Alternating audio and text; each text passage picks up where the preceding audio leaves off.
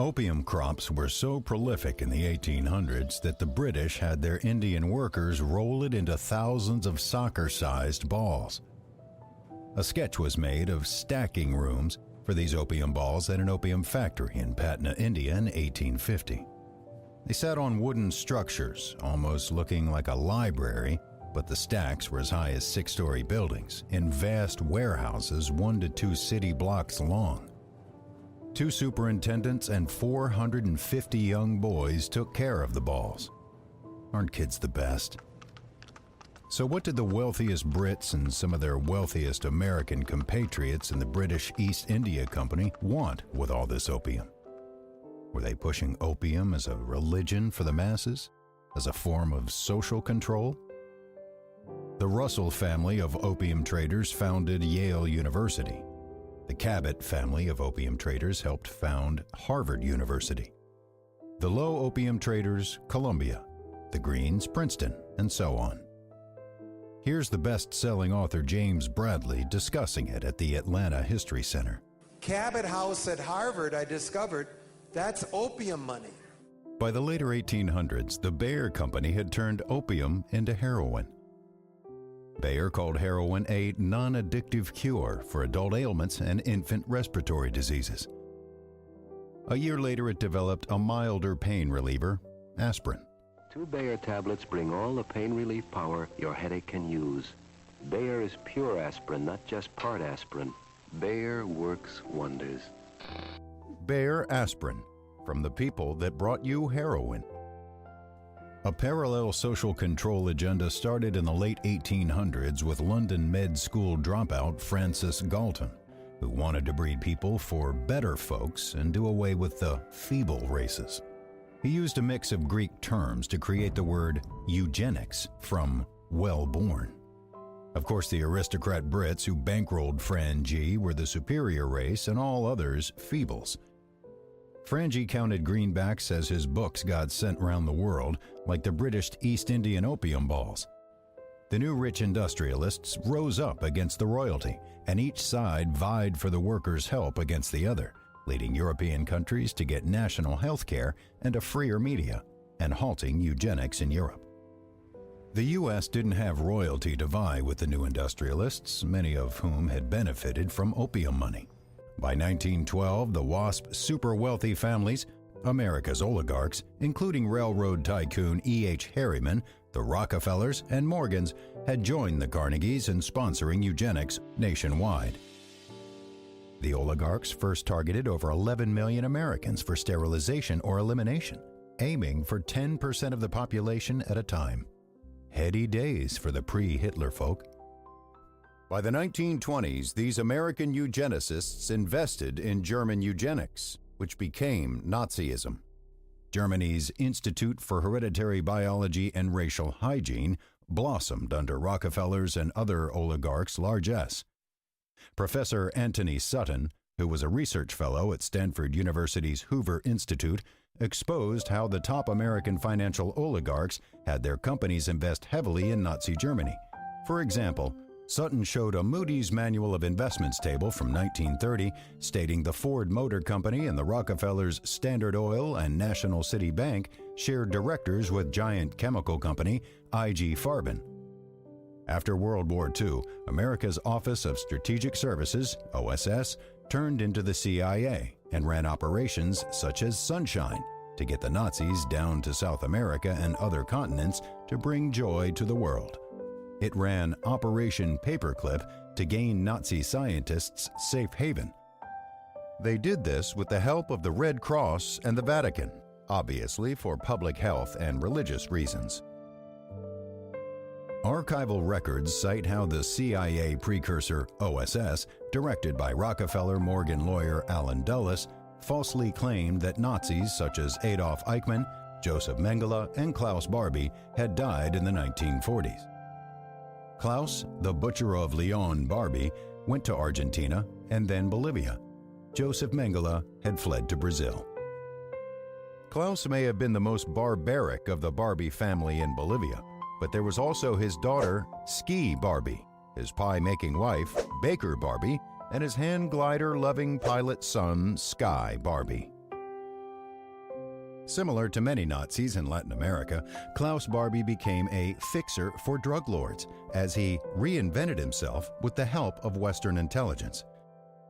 As this Reuters article points out about Barbie, he and other Nazis helped top officials such as the Bolivian Interior Minister, known as Minister for Cocaine, acting as an advisor. Top CIA whistleblower Victor Marchetti and British editor Francis Stoner Saunders then documented how the American oligarchs founded the CIA in 1947 and made its director overseer of the other 14-plus intelligence agencies. Reports of the numbers of Nazis saved by the OSS and CIA in Latin America ranged from 9,000 to what a German journalist, Herbert John, reported as 50,000. Did they aid the CIA in cocaine trafficking?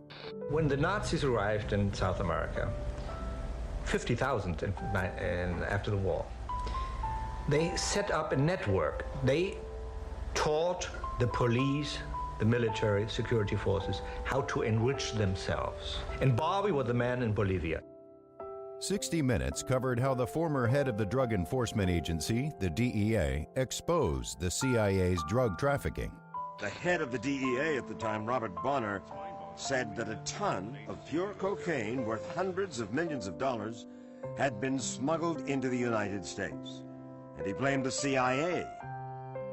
James Bradley's book, The Imperial Cruise, supported that the oligarchs also had continued their opium shipping well into the 1900s and beyond. They had further added more of the pharmaceutical business in the 1900s.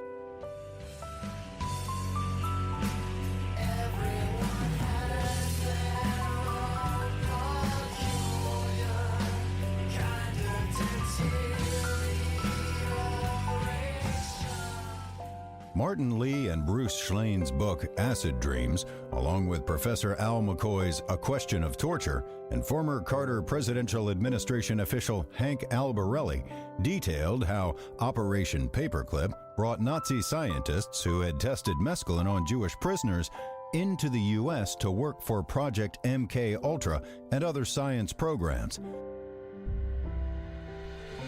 This Anthropology Today article cited a declassified 1963 CIA report summarizing various MK-Ultra projects for control of human behavior, including radiation, electroshock, and chemical agents like LSD and DMT.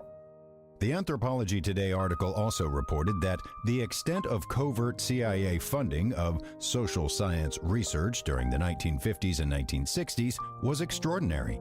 This funding coincided with the Big Three: Ford, Rockefeller, and Carnegie. The CIA Project MK-Ultra, whose name was changed to MK Search in 1964, secretly funded about 45 top American universities, 50 hospitals, and 50 prisons through an MK-Ultra front group, the Human Ecology Fund, out of Cornell University Medical School. Many of the funding recipients can be seen here. Professors at Harvard, Columbia, Stanford, and Johns Hopkins were among these recipients. Some of this research paid volunteers to participate in psilocybin, psychedelic mushroom, and LSD experiments. The oligarchs hired Dr. Sidney Gottlieb as director of the CIA's Project MK-Ultra. England's The Daily Mail compared him with James Bond's supervisor, Q, which shows how movies glamorize barbaric spies. Dr. Gottlieb had a clubfoot, but got around globally. CIA documents cited in a documentary by ABC News confirmed that Gottlieb carried a stash of acid overseas on a number of occasions to dose foreign diplomats, statesmen, along with promising leftist artists and writers. Psych professor Timothy Leary headed the CIA's Human Ecology Fund experiments at Harvard University until Harvard kicked out Leary and his acid-addled egghead professorial sidekicks, Richard Alpert and Ralph Metzner, in 1963. William and Margaret Mellon Hitchcock of Mellon Bank and Gulf oil-owning families quickly entered the scene. The Mellon Hitchcocks had family in top U.S. intelligence posts. They funded a new acid promotion group for Leary, Metzner, and Alpert, the International Federation for Internal Freedom, IFIF. IFIF instantly had headquarters in Boston, New York, Los Angeles, and even one near Acapulco in Mexico. William Mellon Hitchcock had a 38-room mansion on his 2,300-acre estate an hour north of New York City, which Leary, Metzner, and Alpert rented out very cheaply for the next 5 years. MK Ultra agents Dr. Humphrey Osmond, Captain Al Hubbard, Max, Dr. Feelgood Jacobson, and NASA scientist Steve Groff joined them. Leary later admitted that from 1962 onwards, he knowingly worked for the CIA. Spicologist Leary's Millbrook Mansion was psychedelic central for the whole East Coast.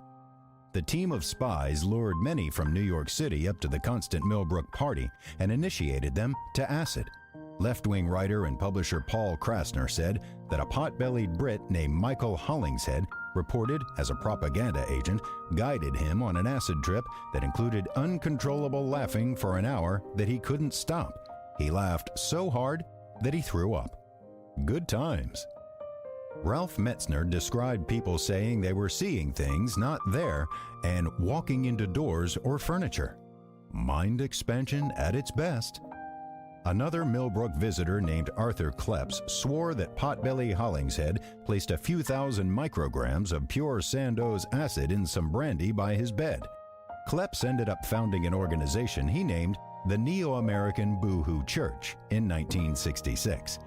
Former Harvard egghead Rich Alpert kept his keen analytical judgment when on one acid trip he thought he might be able to fly. He jumped out a second-floor window and broke his leg.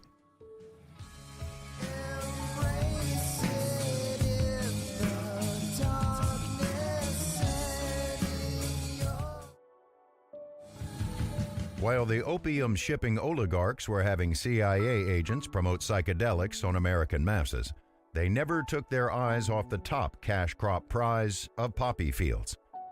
First, they focused on the Vietnam area, called the Golden Triangle for poppy fields.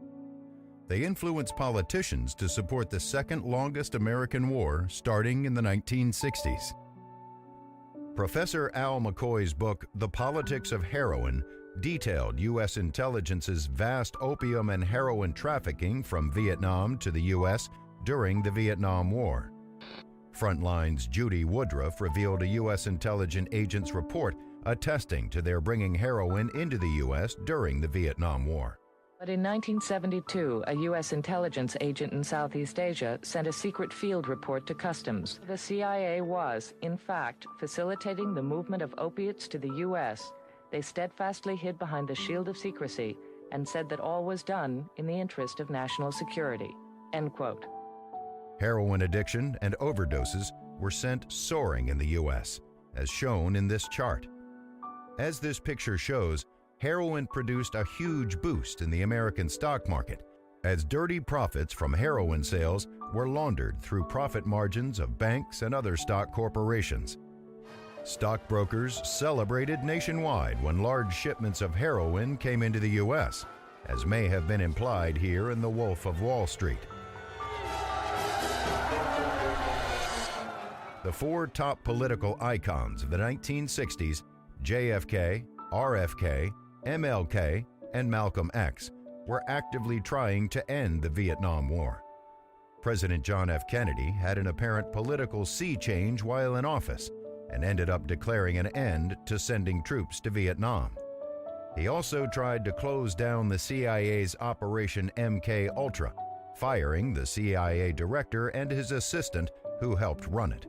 We would expect to withdraw 1,000 men from South Vietnam before the end of the year. If we were able to do that, that would be our schedule. A policy was put into place to end the U.S. involvement in Vietnam, and a formal presidential decision was taken in October of 1963 that would, if implemented, have caused a full pullout of U.S. forces from Vietnam by the end of 1965.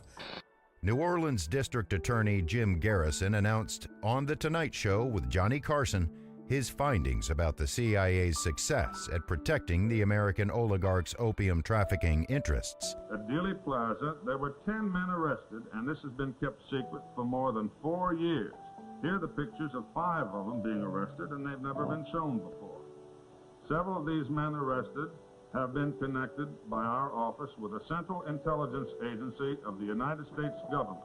I am trying to tell you that there is no question as a result of our investigation that an element of the Central Intelligence Agency of our country killed John Kennedy, and that the present administration is concealing the facts. There is no question about it at all. Robert Kennedy Jr. talked with interviewer Russell Brand about his uncle's assassination. Here's Robert Kennedy Jr. telling of being called home from school at 9 years old because of his uncle's death in November of 1963. And I arrived at the same time John McComb arrived at my house, who was the director of the CIA at that time. And my father brought him for a walk in the yard and said the same thing to him. Was it the CIA who did this to Jack? So, my father's first instinct, which was a good instinct, it turns out, was that the CIA had killed his brother. In June of 1968, Senator Robert F. Kennedy won the decisive California presidential primary, marking the likelihood of his winning the Democratic nomination and then gaining the presidency. At the location of his Los Angeles celebration that election night, gunman Sirhan fired multiple times at Senator Kennedy. A security guard just behind Kennedy also fired his gun. Decades later, a Harvard Medical School hypnosis expert analyzed Sirhan and said he had conducted the assassination while in a hypnotic state. We came to conclusion that the muzzle distance would be a 1 inch from the right ear. Now, how far was Sirhan from Senator Kennedy at the time? I would say approximately from 3 to 6 feet. Where was this guard who was firing his gun? He was standing directly to the side and back of Kennedy. A CIA hypnotist revealed his use of drugs to help create unknowing assassins. So the use of long-term hypnotic suggestion, probably drugs, whatever, and so on. Under these situations where you have all this going for you, yes, you can brainwash a person to do just about anything. Brian reportedly bragged to 2 prostitutes who serviced him regularly that he had, in fact, hypnotized Sirhan.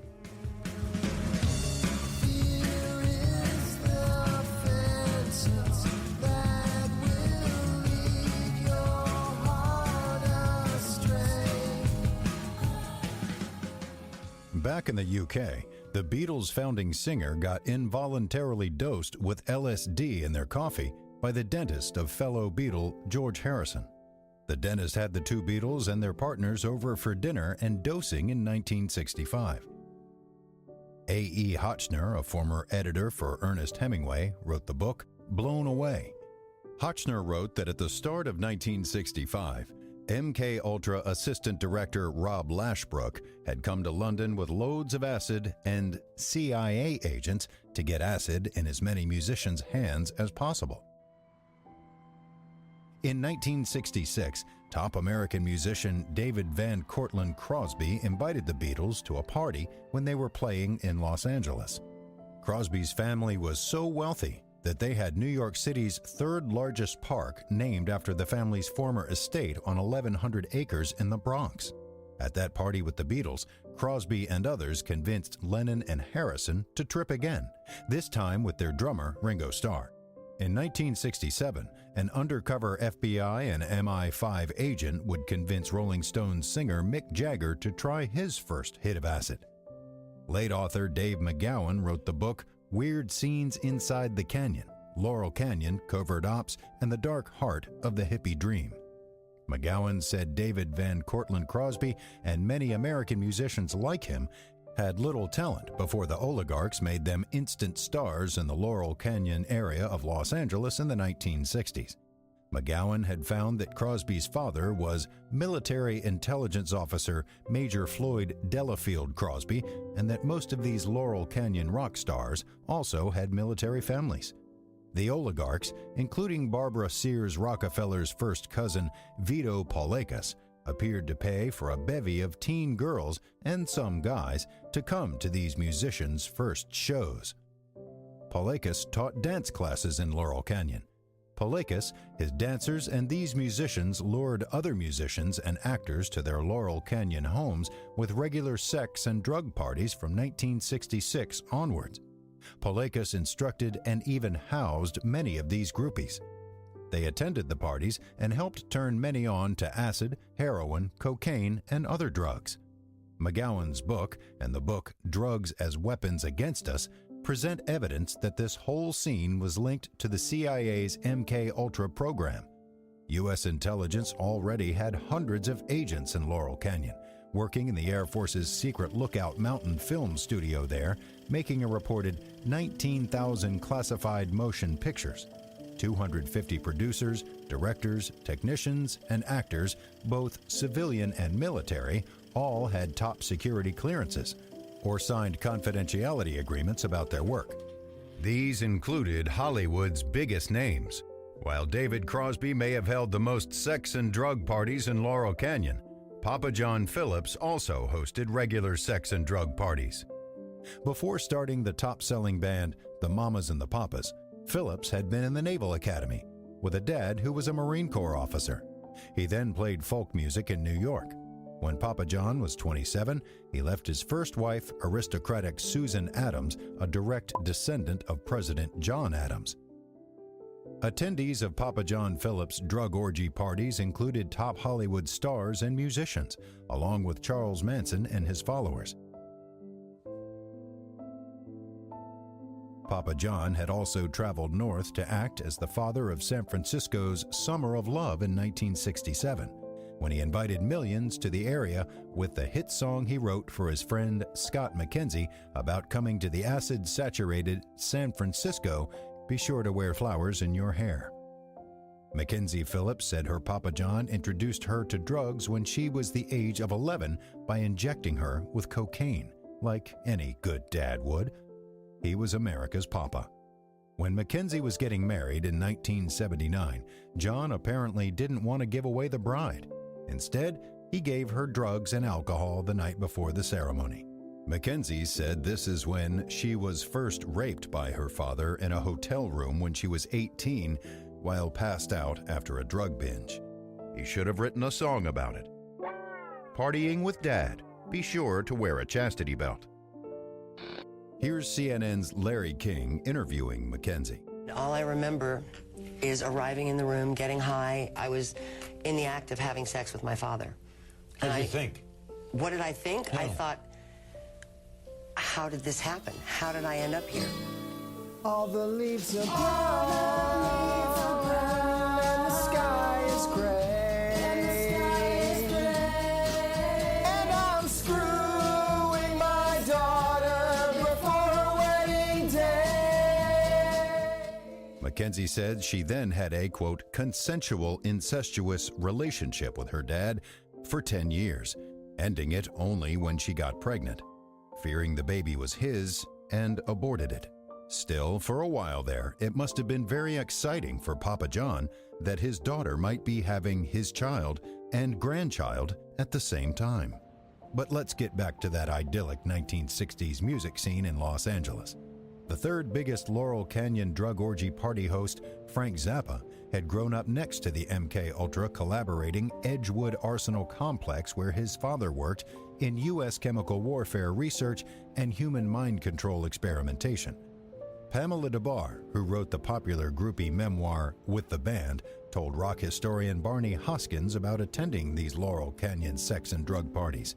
DeBar said Rockefeller cousin Vito Palakas and Zappa never got high. They were both ringmasters who always wanted to be in control. So were the teen girl orgies only for fun, drugging celebrities to promote drugs to the world, blackmail, or all of the above? U.S. intelligence appeared to also use it for creating drugged and traumatized victim assets for future operations, to be discussed more later. By 1970, Eric Burden and the Animals had moved into Frank Zappa's party house, called the Log Cabin. Dave McGowan said that the cabin had by then become a mandatory stop for all visiting British invasion bands. A possible CIA and British Tavistock Institute strategy appeared of introducing British bands to acid and other drugs. This is further supported by the fact that in the early to mid-1960s, several military officers manipulated writer Ken Kesey to form a group called the Merry Pranksters in the San Francisco Bay Area. The pranksters toured the U.S. and Canada, promoting acid, speed, and other drugs in their psychedelic bus. They also held dozens of acid festivals attended by CIA scientists and others in U.S. intelligence. People then influenced the Beatles to make the Magical Mystery Tour album and The Who to write their hit song Magic Bus, promoting acid. Rock Talk radio host Alan Handelman said Frank Zappa ended up leaking some of this, saying the CIA was giving acid to the hippies.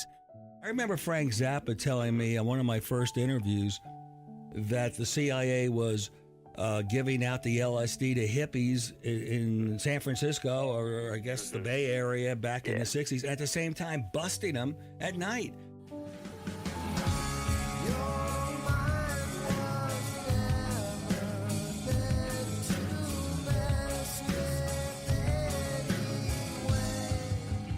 As noted, Charlie Manson and his family attended many of these Laurel Canyon parties starting in 1968. Dave McGowan particularly pointed out how the actions of Rockefeller cousin Vito Palakas matched that of Manson. Vito and Charlie's flock both adopted nicknames to aid in the depersonalization process, and both were introducing sexuality at a very young age in live sex shows for his followers. And finally, Vito encouraged his followers to drug themselves while he himself largely abstained, helping him to maintain control, while Manson limited his own drug intake for the very same reason. The particular importance of these parallel actions covered in McGowan's book came in 2019. That year, Little, Brown and Company published Chaos, Charles Manson, the CIA, and the Secret History of the 60s. Award-winning investigative reporter Tom O'Neill spent 20 years turning a feature article assignment for Premiere Magazine into the book Chaos. The name Chaos came from a CIA program that overlapped the CIA's MK-Ultra program. It could also apply to what too much acid would cause in millions of people's brains. Manson committed crimes that had him end up in prison in San Francisco with a 1967 release. Charlie Manson left his heart and brain in San Francisco, or a CIA MK-Ultra doctor shaped them there.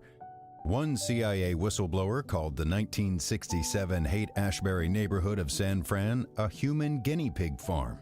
And author Tom O'Neill described how MK-Ultra doctor Louis Jolly West made Charlie and his bizarrely instant family of teen runaway girls his guinea pigs.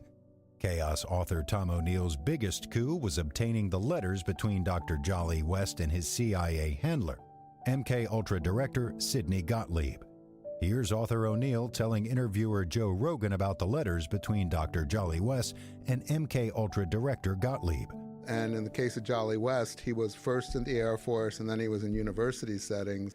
And in one of his letters to Gottlieb asking for more funding, so these people are getting LSD, which is a pretty powerful drug, and other drugs he was using, and he was hypnotizing them in many of his experiments without their knowledge. By 1967, Jolly West started the Haight-Ashbury Project, particularly working out of the Haight-Ashbury Free Medical Clinic, HAFMC, where its director, David Smith, gave him an office. With his family of young teen girls in tow, Manson became a mainstay at the HAFMC, attending weekly and some weeks when he appeared at the clinic every day. After interviewing author Tom O'Neill, Joe Rogan interviewed former CIA agent Mike Baker about some of O'Neill's information on MK-Ultra and the Haight-Ashbury Free Medical Clinic. They also discuss Manson's early release from jail and use of CIA tactics. Yeah, working at the Haight-Ashbury Free Medical Clinic, that's where Manson would go, along with some of his followers, and they were, part of a study, and, they were, I'm sure, getting their LSD from there. Do you know that clinic closed down about 4 months after Tom's book came out? Been open for over 50 years. It's crazy. Yeah. What are the odds? Yeah, I know. And you also seem to employ the same techniques that apparently the CIA had employed when they had done experiments on prisoners. This large family of teen girls and some guys, such as a 13-year-old girl, sodomized by Manson while the others watched, lived for over 2 years with him with no known wages. Yet they somehow afforded a large stockpile of guns. Author O'Neill said they further followed the MKUltra practices as they sought out impressionable young men, invited them to an all-girl orgy, and offered them a plethora of narcotics, including marijuana quietly spiked with LSD. It was a technique they'd refined into an art form. The Manson girls also likely made Dr. West jollier. Judge Louis Wachneck confirmed that Manson must have been working for the government as an informant or an agent because someone wanted him out of jail doing what he was doing. By December of 1967, the Manson family had moved to Los Angeles, where they soon spent 6 months living at the foot of Rustic Canyon in Beach Boys drummer Dennis Wilson's house as Manson and the family set up shop in his home. Manson commanded the girls to service the men in every way. Through Wilson, Manson fraternized with some of the biggest names in music, copying MKUltra's agenda of introducing acid to musicians there, and at Laurel Canyon parties, Manson transported his family of girls in his large bus to these parties, distributing acid and supplying young girls for the orgies. Chaos author Tom O'Neill also talked with forensic psychologist and law professor Alan Shefflin regarding Manson. O'Neill asked Shefflin, who had written a book on MKUltra, if Manson was an MKUltra experiment gone wrong. No, he said, an MKUltra experiment gone right. I wish they all could be Manson family girls. I wish they all could be Manson family girls. In 1968, Manson also converted a one-time Christian minister. Dean Morehouse went from working as a Christian minister to being a Manson family acid dealer. A seamless transition. By August of 1968, the Beach Boys' Dennis Wilson decided to force the Manson family out of his home after 6 months of constant parties. The Manson family then moved to the Spahn Ranch that had been the site of a large movie set for cowboy westerns. By February of 1969, famed movie director Roman Polanski and his actress wife Sharon Tate were renting a home on Cielo Drive in the Hollywood Hills. Also by early 1969 in LA, Sharon Tate turned to activist organizing. Tom O'Neill said the Tate House by then had become a high-profile gathering place for liberal Hollywood, among others for actors Jane Fonda, Cass Elliot, and Warren Beatty, all three of whom were under FBI surveillance. This group also included coffee heiress Abigail Folger, actors Gene Seberg and Donald Sutherland. O'Neill added, many in the Polanski-Tate crowd belonged to the White Panther Party, explicit allies of the Black Panthers. They also belonged to the Peace and Freedom Party of California. This FBI memorandum dated 11/29/68 revealed that the FBI's counterintelligence program in the Los Angeles office said an anonymous letter is being prepared for bureau approval to be sent to a leader of the Peace and Freedom Party, PFP, in which it is set forth that the BPP has made statements in closed meetings that when the armed rebellion comes, the whites in the PFP will be lined up against the wall with the rest of the whites. Here's interviewer Joe Rogan discussing Tom O'Neill's book Chaos, reviewing at least one CIA asset in the Manson family, Reeve Whitson, who surely helped guide Manson and the family in their actions as they attempted to terrify leftist Hollywood away from this activism. In and around the Spahn Ranch and in and around the family, and this one guy, Reeve Whitson, who was a spook and unfortunately was dead by the time I started reporting. For people who don't know, spook is CIA. Yeah. O'Neill stated that the FBI wanted to scare white leftists away from supporting the Panthers, in falsely portraying that even leftists were in the Panthers' crosshairs. In less than 9 months, in early August 1969, Manson family members Tex Watson and a bunch of girls killed Sharon Tate, Abigail Folger, and several others who were in the house. They stabbed Tate many times in her 8-month pregnant stomach. O'Neill particularly noted the importance of this matching the FBI's fake information in its letter about the white PFP activists. He said Manson's followers lined up 4 denizens of liberal Hollywood in Roman Polanski's home and cut them to pieces, leaving slogans in Tate's blood to implicate the Black Panthers, such as pig. That was the same thing Chaos and COINTELPRO were trying to do. They were trying to damage the youth revolution. Another set of murders, public pressure, and various individuals in law enforcement finally had the Manson family arrested, charged, and convicted in court by 1971. During the trial, Manson put a swastika tattoo on his forehead. He just couldn't help himself. All the press coverage should have ended the Manson family project of freaks, but U.S. intelligence apparently wasn't quite done with them. By 1975, Richard Nixon had resigned after the Watergate scandal, and his vice president, Gerald Ford, had assumed the presidency. Oligarch Nelson "Rocky" Rockefeller wormed his way into the White House without all the onerous campaigning, getting himself picked as vice president, with his wife, Happy, in tow.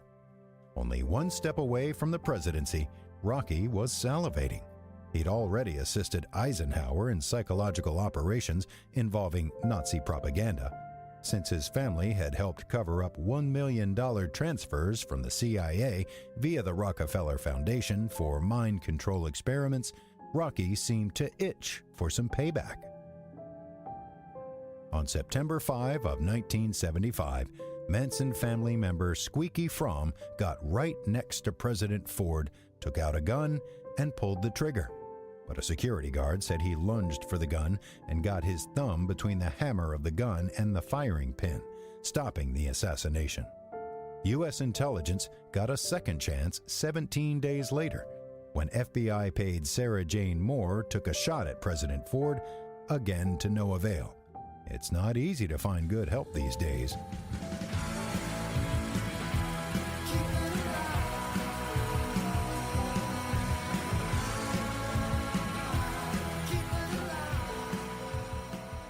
Back in the 1960s, while the Manson family was growing, a top anti-war group, the Students for a Democratic Society, or SDS, gained thousands more members each month throughout the decade.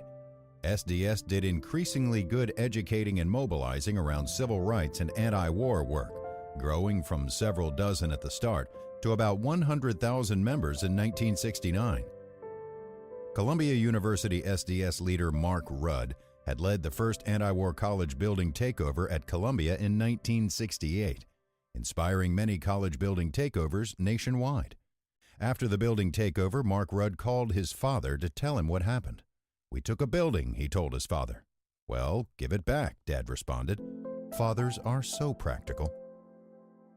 Northwestern law student Bernadine Dorn had risen up into the SDS interorganizational secretary position by the summer of 1968 due to her great organizing work through the 1960s. SDS also elected Mike Klonsky as the national office leader that year, putting him and Dorn in 2 of the top 3 positions. 2 other SDS activists, University of Michigan SDS leaders Bill Ayers and Diana Outen, decided to spend a good portion of that 1968 summer volunteering at the Chicago office. These 2 had interesting backgrounds, partly because they both came from 2 of America's wealthiest families. Some journalists wrote a sad but Pulitzer Prize-winning series about Diana Outen, published in late 1970. One of Diana's great-grandfathers founded the Boy Scouts of America, an organization that's pledged its duty to God and country. At least 90,000 boys failed to show their respect when they grew up and filed sex abuse claims, bankrupting that fine organization where young boys could win merit badges for swimming, camping, first aid, and anal sex. Diana Outen went from a Nixon-supporting, liberal-hating Republican who ardently defended her father's ownership of tenant farms in Alabama and spent weekends with the Rockefellers in 1960 to a radical leftist in 1968. In graduate school at the University of Michigan, she met Bill Ayers, the son of Commonwealth Edison Company chairman and CEO Tom Ayers. Commonwealth Edison provides electricity to Chicago and most of northern Illinois. It has reported revenues of $15 billion annually in the 21st century. Tom Ayers also served on the boards of Sears, Zenith, defense contractor General Dynamics, First National Bank, the Chicago Cubs, and the Tribune Company, one of the nation's leading multimedia companies. Bill Ayers was also a leader of Michigan SDS and influenced Alton to join SDS as well as to take psychedelics in early 1968. In June of 1968, SDS held their national convention in nearby East Lansing, Michigan, and Bill Ayers led Diana Alton to the convention and got close with new SDS national office leaders Mike Klonsky and Bernadine Dorn. That summer, Ayers and Alton moved to Chicago to do volunteer work in the national office. The two had developed a taste for acid rock and took LSD, sometimes with another couple. Was that other acid-taking couple Klonsky and Dorn? The bizarrely divisive behavior and associations of Bill Ayers, along with the more emotionally erratic behavior of Bernadine Dorn over the next 12 months, suggests it was.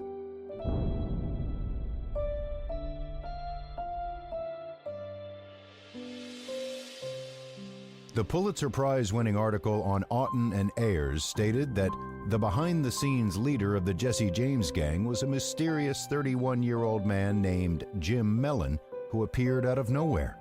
No one knew where he had gone to school or why he came to the University of Michigan, and he was the major intellectual force behind the gang. A rumor began circulating among his critics that Mellon was an agent provocateur sent by the FBI or Central Intelligence Agency to destroy SDS and the radical movement in Michigan. Mellon and Ayers' Jesse James gang held peaceful methods of reform in contempt, despite never having tried peaceful anti-racist or anti-war activism that other SDS action-oriented factions had conducted before changing strategies. They urged violent confrontations, disrupted SDS meetings, and made vicious personal attacks on their opponents, leading to brawls. They let it be known that their opponents were running the risk of physical beatings. The Pulitzer Prize-winning journalists said that through psychological warfare, the Jesse James gang had split up Michigan SDS, and the gang captured the single most important SDS chapter in Michigan, which automatically gave them a powerful voice in the national organization. During December 1968, Bill and Diana both began to emerge as leaders in the national SDS at a conference held in Ann Arbor, Michigan. At that event, they had Jim Mellon and their 40 members of the Jesse James gang with them to help eventually duplicate their Michigan SDS achievement on the national organization. Activists Abby Hoffman and Jerry Rubin's SDS-aligned Yippies group was also infiltrated and manipulated by undercover agents who pushed acid on them. While Abby Hoffman was brilliant and charismatic, the acid likely led him and Jerry Rubin to lose some perspective, allowing many spies to infiltrate their group, such as FBI paid spy George Demerly. Acid Dreams writer Martin Lee noted how George Prince Crazy Demerly wore weird costumes, smoked a lot of pot, and was a member of the Yip Steering Committee. He also served as Abby Hoffman's bodyguard. Radical anti-war activist Jane Alpert knew George Demerly well, as he had enticed her into a bombing plot and arrest in the late 1960s. In her memoir, Alpert said Demerly founded the crazies inside the Yippies. Demerly was often seen wearing a purple cape, as well as a lavender jeweled shirt and a day-glow pink helmet with 2 feather dusters on top. More importantly, Acid Dreams writer Martin Lee noted how George Demerly worked to initiate more activists into taking acid, saying some SDS leaders were initially reluctant to experiment with psychedelic drugs. Mark Rudd, who had been chairman of the Action Faction at the Columbia University chapter of SDS, declined numerous offers to turn on with the crazies. He did so on the grounds that it would interfere with his politics. Demerly and the crazies chided Rudd and his cohorts for being straight-laced, but Rudd's crowd was not to be persuaded. Finally, the crazies put acid in the wine at a party Rudd's group was having and convinced them to keep taking acid. Apparently, when tripping, capes, feather dusters, and dayglow can be very convincing.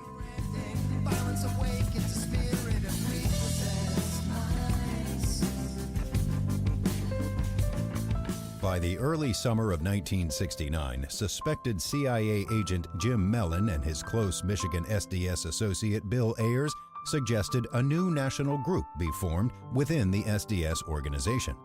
Mellon and Ayers wrote an essay they called the Weatherman Manifesto. The statement was 25,000 words.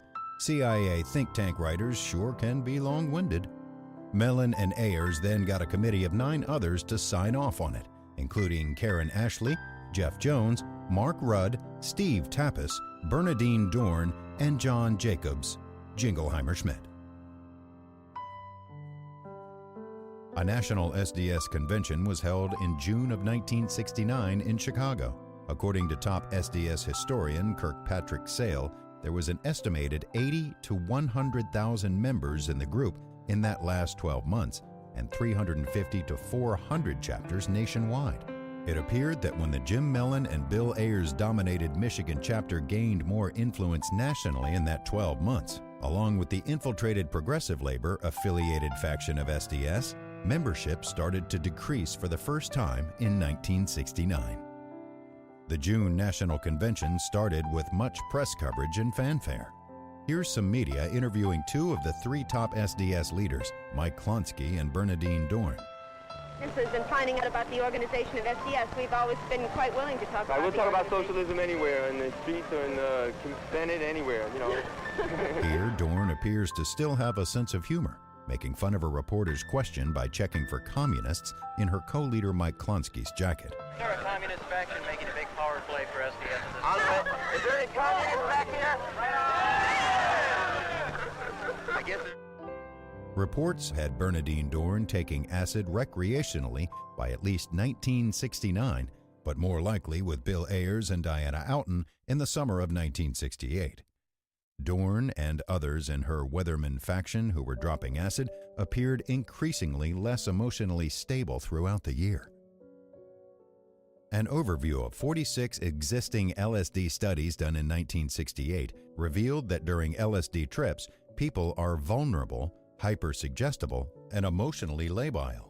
A surprisingly large percentage of LSD users also experience chronic anxiety, acute panic states, and antisocial behavior for weeks, months after their LSD use. Did Bill Ayers introduce acid in 1968 for these reasons? Did he and Jim Mellon, as the writers of their Weatherman Group manifesto, along with their associates, continue to influence Dorn? The events of this SDS convention suggest so. Evidence later came out that U.S. intelligence had many infiltrators among the hundreds of students from a different faction, Progressive Labor, who were at the convention. In May of 1969, the New York Times, revealing more than they would in the new millennium, said that the FBI has undercover agents and informers inside almost every SDS chapter. At the 1969 SDS National Convention that was closed off to mainstream media, arguments erupted between the 2 factions over the first 2 days. The Weatherman-aligned faction had a Black Panther read a purported letter from Panther National Chairman Bobby Seale denouncing Progressive Labor unless they followed a true Marxist-Leninist ideology, or SDS will be judged by the company they keep. Progressive Labor attendees started chanting, "Smash red baiting, smash red baiting." The Weathermen chanted, "Power to the people, power to the people." It was a chant war. Bernadine Dorn stood as the guarded queen of the Weathermen and an affiliated faction, and Fred Gordon as the king of Progressive Labor. Despite her less acid-damaged partner Mike Klonsky trying to stop her, Queen Dorn vehemently led her faction to march out of the huge gymnasium in which the convention was held. A little impulsiveness went a long way as it split SDS up into 2 organizations. As author Aaron Leonard wrote in Truth Out magazine, in August of 1969, at least one FBI document reported U.S. intelligence's success in that SDS, as the mainstay of the New Left movement, is now seriously divided, and to this extent weakened. It further added that the Weatherman National Office faction is gradually being forced into a position of militant extremism, which hopefully will isolate it from other elements of the libertarian community and eventuate its complete discrediting in the eyes of the American public. John Jacob Jingleheimer Schmidt, his name is our name too. When SDS was taken out, the people will always shout, there goes John Jacob Jingleheimer Schmidt, la la la la la la la, John. The new acid-addled Weathermen did have their fun. A number of the guys and women seemed to like the orgies they started having that year. But even sympathetic historians such as Kirkpatrick Sale detailed how the judgment of weather leaders increasingly decreased in the second half of 1969. First, this new faction elected new national SDS leaders. Surprise, surprise, who ends up in the new split leadership of SDS, but Jesse James Gang leader Bill Ayers and the now acid-addled Mark Rudd with him. Suspected spy Bill Ayers as a leader in the largest anti-war organization? With Bill's ability to sabotage the group's anti-war efforts, it's a wonder if Tom Ayers' General Dynamics stock value went up. Then, the Weathermen reportedly wanted to spark whites to join together in revolutionary solidarity with people of color, organizing a Chicago protest in October they first called Bringing the War Home and later called the Days of Rage. They hoped for at least a few thousand bat-swinging protesters to march through Chicago and fight the police. Around 1968, Bernadine Dorn and Mike Klonsky worked with Illinois Black Panther Party leader Fred Hampton, who organized in Chicago where SDS had their national office. But only Klonsky and his RYM2 or RIM2 stayed close with Hampton. Here's Bill Ayers in 1969 announcing the Weathermen's Chicago protest in solidarity with the Black Panthers, despite that the Black Panthers weren't in solidarity with him. This fall, in Chicago, we will lead massive demonstrations against the war in support of the Black Panther Party and in solidarity with all political prisoners. Here's Fred Hampton interviewed by ABC News in early October of 1969 regarding the Weathermen's planned Chicago action and the new Ayers-led SDS versus Mike Klonsky's RYM2 or RIM2 group. Fred, where does the Black Panther Party stand concerning the Weathermen, the SDS? We stand way back from the SDS and the Weathermen because we believe that the Weathermen action, there's two actions, there's RIM2 and Weathermen. We think they could call them both national action. We think that RIM2 is national action and Weathermen is national reaction. It's customary in that its leaders take people into situations where the people can be massacred, and they call that revolution. And it's nothing but child's play, it's folly, and it's criminal because people can be hurt. We think these people may be sincere, but they're misguided, they're muddleheads, and they're scatterbrains. Despite much organizing, the Days of Rage only drew a couple hundred protesters tops.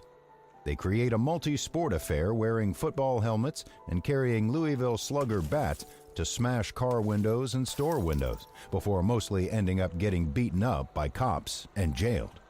Regarding the Chicago Action militant leaders, a picture of the Weathermen marching in the Chicago Days of Rage showed Jim Mellon and Bill Ayers at the front. Mellon was the other highly suspected undercover agent. Kirkpatrick Sale noted that General Dynamics board chair billionaire Tom Ayers' generous allowances in later years, Bill Ayers averred, were used to finance the revolution. All power to the people. This revolutionary anti-war message was brought to you by General Dynamics, dropping their payload on the people. While the Weathermen had based their name on the Bob Dylan lyric, "You don't need a weatherman to know which way the wind blows," critics countered, "You don't need a rectal thermometer to know who the assholes are." The acid erosion of judgment peaked at the Weathermen's December 1969 National War Council, or Wargasm, conference, when Bernadine Dorn gave an ecstatic speech about the Charles Manson gang. Dorn exclaimed, "They even shoved a fork in the pregnant victim's stomach. Wild." It was an acid-flipped version of a Me Too speech. Another fun highlight of that conference was Rudd saying, "It must be a really wonderful feeling to kill a pig. and someone screaming out later, "All white babies are pigs."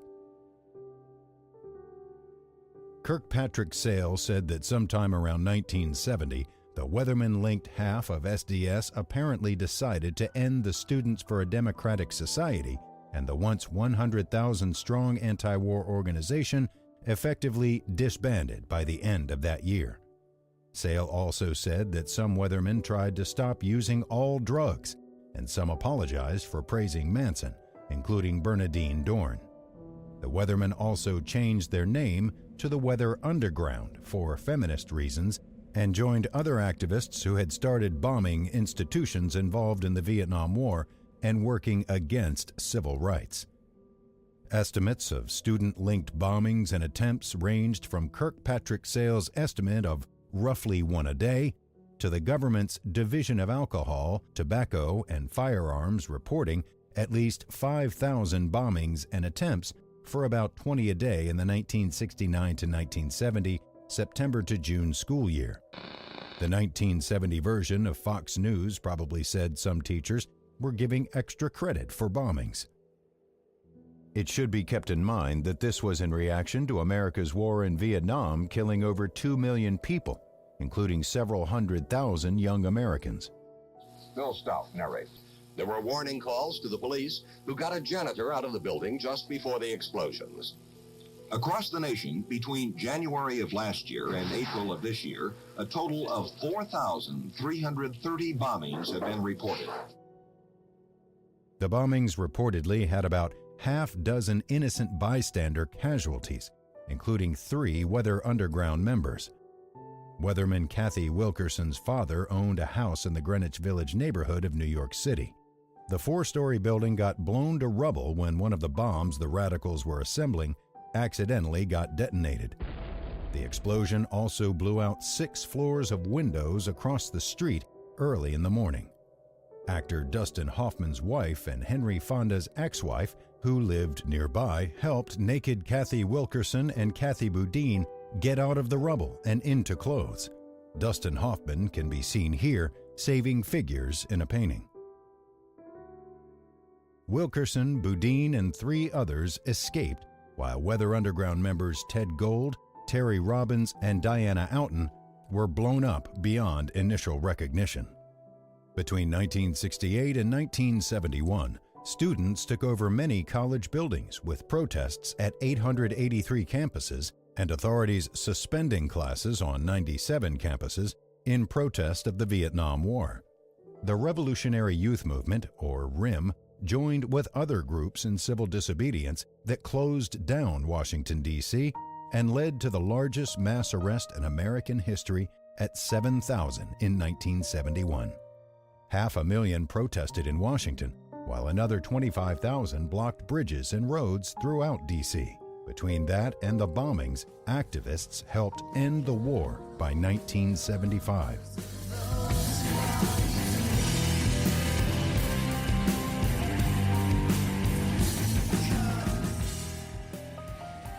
Millions of radicalized youth nationwide and worldwide posed a dangerous threat to the powers that be.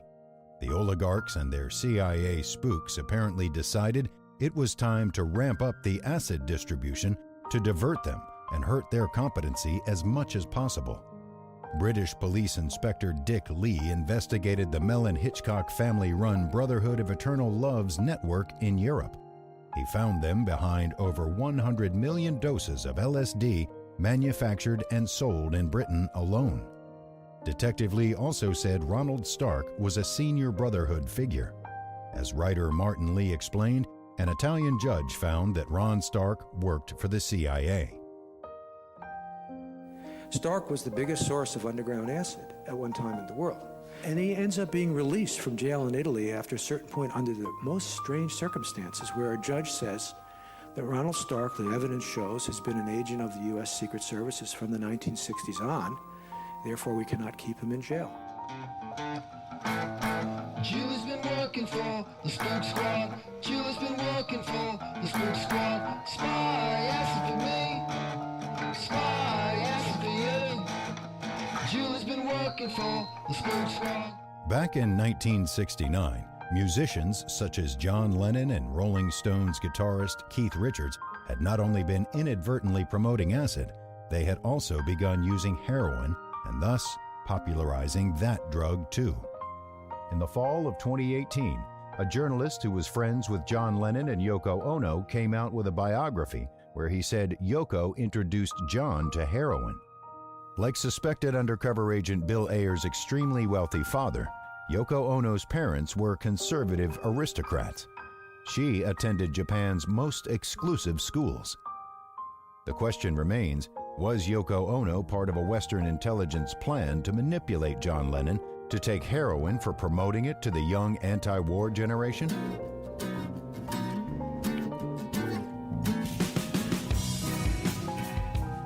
Rolling Stone publisher Jan Wenner interviewed John Lennon about LSD trips hurting him, leading to his stopping the use of it by 1967.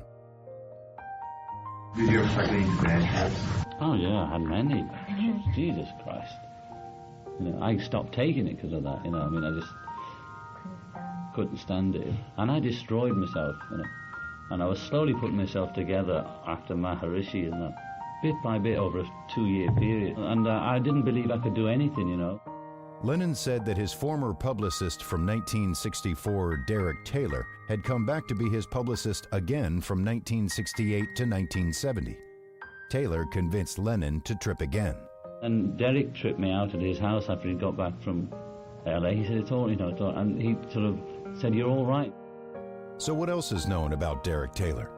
This New York Times obituary said that besides being the Beatles' press spokesman for several years, Taylor was also the publicist for David Van Cortlandt Crosby's band, The Byrds, who got Lennon tripping his second time in August of 1965.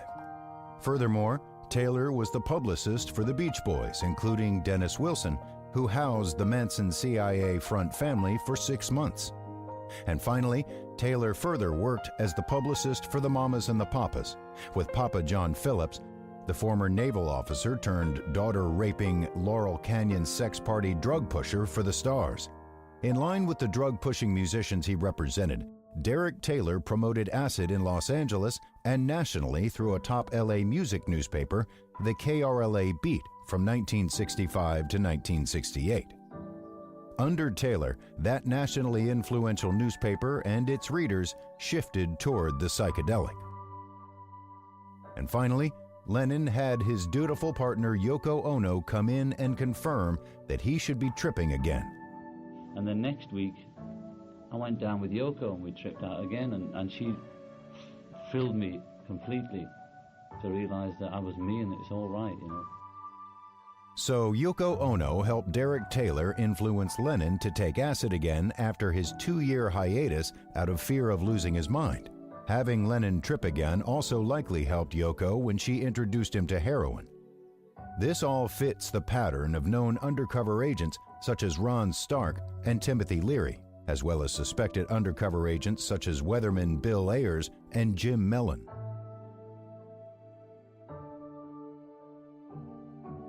You said you were throwing up before you went on. Yeah. And throwing up, I just threw up for hours till I went on. I needed. Would you still be that nervous if you're in public? Always that nervous, but I don't think I'll do much appealing. It's not worth the strain. I don't want to perform too much for people. Lennon also saw his judgment hurt in that he considered trepanning, or drilling a hole in his skull to purportedly expand his mind. Lennon likely got the idea from Amanda Fielding, the Countess of Weymouth and March. In 1965, someone spiked the 22-year-old Fielding's coffee with a massive dose of LSD, which nearly broke her. By 27 in 1970, Countess Fielding had fried her brain so thoroughly that she filmed herself drilling a hole in her skull, a procedure called trepanning or trepanation. Skull driller Fielding then ran for Parliament with the slogan, "Trepanation for the nation." Catchy, as if brain damage is contagious. Here's comedian Bill Burr commenting on what he thought Yoko Ono added to one of John Lennon's live musical performances with rock and roll pioneer Chuck Berry. Burr first mimicked Yoko Ono's bizarre screeching chant in the middle of this musical performance on The Mike Douglas Show. Burr further commented on Chuck Berry's wide-eyed reaction to Ono's vocal addition to the performance. So John Lennon, Chuck Berry, two of the greats of all time, harmonizing, singing this hit from the 1950s. That's what this moment's about. And Yoko in the middle of it can't handle that she's not getting any shine. She takes the fucking microphone out of the stand, starts playing the bongo, and as they're singing, you know, go, go, Johnny, go, whatever, she picks up the mic and I swear to God goes, yeah, some fucking crazy shit. And you see Chuck Berry's eyes fucking open as wide as they are, and it's that fucking look. Spies told Yoko to marry that man so they could push drugs through the leader of the band. They knew John and drugs would be in lights, saying Johnny be bad tonight. Go, go, Johnny, go, go. Johnny be bad. After losing control over the golden triangle of heroin with the end of the Vietnam War, the CIA found a new opium haven, the Golden Crescent of heroin around Iran, Pakistan, and Afghanistan. The CIA funded the anti-Soviet Mujahideen Muslim Brotherhood there, and they started trafficking out heroin from 1979 onwards. Muslim Brotherhood apparently means fake Muslim mercenaries in spook speak. Reporters Elizabeth Gould and Paul Fitzgerald were experts on Afghanistan for PBS and CBS News. Paul Jay of the Real News Network talked with these reporters about American policies to manipulate the Soviet Union, as well as U.S. intelligence's work with Pakistan intelligence on cross-border trafficking into Afghanistan. The U.S. policy is to induce the Soviets into Afghanistan, or at least facilitate it. They certainly succeed. The whole Pakistan society starts to be transformed by these billions of dollars going, arms going this way and drugs coming this way back into Pakistan. Eventually the Russians leave. Tell us what happens next. In fact, Gulbuddin Hekmatyar and Ahmed Shah Massoud were two of the main people who caused the major destruction in Kabul. But this was all part of the buildup that eventually was presented by 1994 to 96 as an Afghan movement, but really was very much part of the ideological political process that the Pakistani ISI military had together with the Saudis, I think should be added. Oh, absolutely. Together with the Saudis, but also the United States was very much behind it. With the supply of heroin steadily increasing from the Afghanistan area throughout the 1980s and into the early 1990s, the CIA needed to figure out how to increase the demand. They appeared to psychologically profile many musicians and saw one rising star who fit the bill: Kurt Cobain. Cobain, who ended up being dubbed the John Lennon of his generation, had a chronic, painful stomach problem. He had already tried many medicines that didn't work for him before trying heroin, though just a few times before he met Courtney Love, according to Cobain's old friend, Alice Wheeler. Wheeler went on to say, Courtney Love definitely used heroin as a lure to control him. She's very sophisticated that way. It was in her best interest for Kurt to form a habit. It was also in the CIA's best interest to get Kurt Cobain to inadvertently promote heroin, as the CIA appeared to do in manipulating John Lennon to take acid and then heroin with Yoko Ono's help. This brings up the question, was Courtney Love the Yoko Ono of her generation? What was Courtney Love's history that suggests her direct or indirect CIA work? Courtney Love's mother, Linda Carroll, reported being an abused adopted daughter of extremely wealthy parents. Courtney Love's biological dad, Hank Harrison, said that Carroll and her parents used their wealth to wrest sole control over their daughter. Harrison and biographers confirmed that Love ended up in a juvenile detention facility for some years up to the age of 13. After Harrison got her out, he found that she had developed a drug addiction. Award-winning journalist Melissa Rossi documented how Harrison also said Courtney Love was prostituting herself as a teenager. For example, when Courtney stayed with Harrison in Dublin when she was 17 years old, proud dad Hank said she spent much of her time in Dublin hooking on the street. Rossi also reprinted the contents of a letter from Courtney to a boyfriend when she was about 20 years old. where Courtney said she prostituted herself, apparently to earn money to get back to the boyfriend while working in a strip club in Taiwan. How romantic. Maybe that's a prostitute's version of a Dear John letter. This was Courtney's second time working as a stripper in an Asian country, as Rossi noted how Courtney had previously worked at strip clubs for the Japanese mafia at about 15 years old. Several biographies have mentioned this. Rossi said that Courtney told friends she had been part of the white slave trade while stripping in Japan. Harrison said Courtney then visited him while he was doing research in Dublin, Ireland, when she had just turned 17. There, she also met a new friend of Harrison's, Stephen O'Leary. In a PDF version of Hank Harrison's book, Love Kills, which he offered for free before his book came out in a paperback format, Harrison said that O'Leary later admitted to being a CIA agent in a letter he wrote to Harrison on his deathbed. In the letter, O'Leary stated that, "I wasn't a spy per se, but I had to report to the American Embassy in Dublin by mail or telephone once each week." Harrison had said O'Leary died in the location and date verified in this obituary. Harrison further said that Steve O'Leary and his brother Kevin took Courtney to Liverpool, England. Courtney Love biographer Melissa Rossi noted that Love carried 1,000 hits of acid to Liverpool. Love distributed the acid at various music scenes. This duplicated MK Ultra operations of the 1960s. Love repeated these behaviors in Portland, Oregon, Los Angeles, and other music scenes. Okay, and he was openly told you that he worked for the CIA. Later, he didn't at that time, no, but it was obvious. But at the time, he did not verbally tell me that because he was under oath not to tell me, of course. But later on, after he retired, he told me and wrote me a letter, and I have the letter. Kevin Leary. Yes. When you mentioned Kevin Leary, you said, oh, he was high up in the CIA. What was his duties in the CIA? Well, he had superiority over his brother. My daughter came along. Steve took care of her for me and got her safely to London, where she was then wound up in Liverpool, hanging out with Adam Ant and Echo and the Bunnymen. Writers Max Wallace and Ian Halperin said Courtney Love would claim that Teardrop Explode's frontman Julian Cope took her virginity, but she has made similar claims about at least 3 other rock stars. The question remains, did Courtney Love's relationship with the CIA continue up to the death of Kurt Cobain and beyond? It can't be certain that this is the same Kevin O'Leary from early in her life, but Hank Harrison said he thinks it is. Guys, how you doing? Hey, how you guys dating? Hey, you make a great couple. Courtney, hey, Courtney, what do you think of Kurt Cobain's documentary?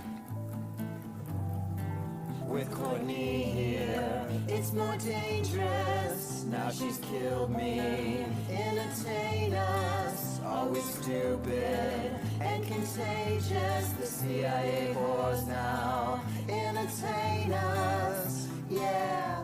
The O'Learys apparently weren't the only spies with which Courtney Love was involved. Around 2005, the late infamous teen sex trafficking mogul Jeffrey Epstein had a former house manager named Alfredo Rodriguez. After Epstein's arrest, Rodriguez stole Epstein's black book from his home and tried to sell it to one of the victim's law firms before the firm reported it to the FBI. This Rodriguez guy just has no loyalty. Nick Bryant, who published Jeffrey Epstein's black book in 2005, said Rodriguez circled key people as potential material witnesses to crimes against underage girls. These included Donald Trump, Alan Dershowitz, former Israeli Prime Minister Ehud Barak, and, as one of the only famous females, Courtney Love, among 46 other names circled. These were 50 circled names out of hundreds of names of the world's most powerful and influential people that Epstein had contact information on in his black book. In August of 2019, Vicky Ward, a veteran reporter for CNN and Vanity Fair, printed important disclosures from President Trump's labor secretary, Alexander Acosta. The Trump administration vetted Acosta for his position when he worked as a U.S. attorney. Acosta was asked about his handling of the Epstein case in Miami in 2007. Acosta had infamously cut Epstein a non-prosecution plea deal that put a hard stop to a separate federal investigation for alleged sex crimes with minors and trafficking. Alexander Acosta said he made the deal because he had been told to back off, that Epstein was above his pay grade. "I was told Epstein belonged to intelligence and to leave it alone," he told his interviewers in the Trump transition, who evidently thought that was a sufficient answer and went ahead and hired Acosta. Apparently, among the world's imperialist-minded countries' intelligence agencies, it's a family affair. In a recent interview, former senior executive for Israel's Directorate of Military Intelligence, Ari Ben-Menashe, stated that he met Jeffrey Epstein and Ghislaine Maxwell in the 1980s. Ben-Menashe said that they worked for Israel intelligence as part of a blackmailing operation. It was good of Jeffrey Epstein to document his connections so well. It's too bad that most of the powerful people able to do something with that information were part of those connections.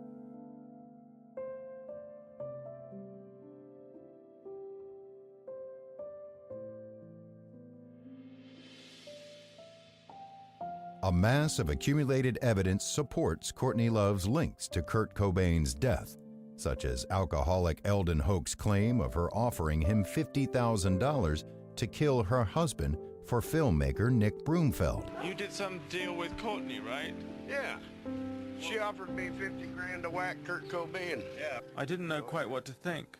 El Duce had passed a polygraph test. In May of 2021, the FBI declassified 10 pages of never-before-seen documents relating to Kurt Cobain's death. These included several letters asking for a homicide investigation. The FBI gave the same response to each. In order for the FBI to initiate an investigation of any complaint we receive, specific facts must be present to indicate that a violation of federal law within our investigative jurisdiction has occurred. The U.S. Attorney's Bulletin states, "Interstate travel merely triggers federal jurisdiction.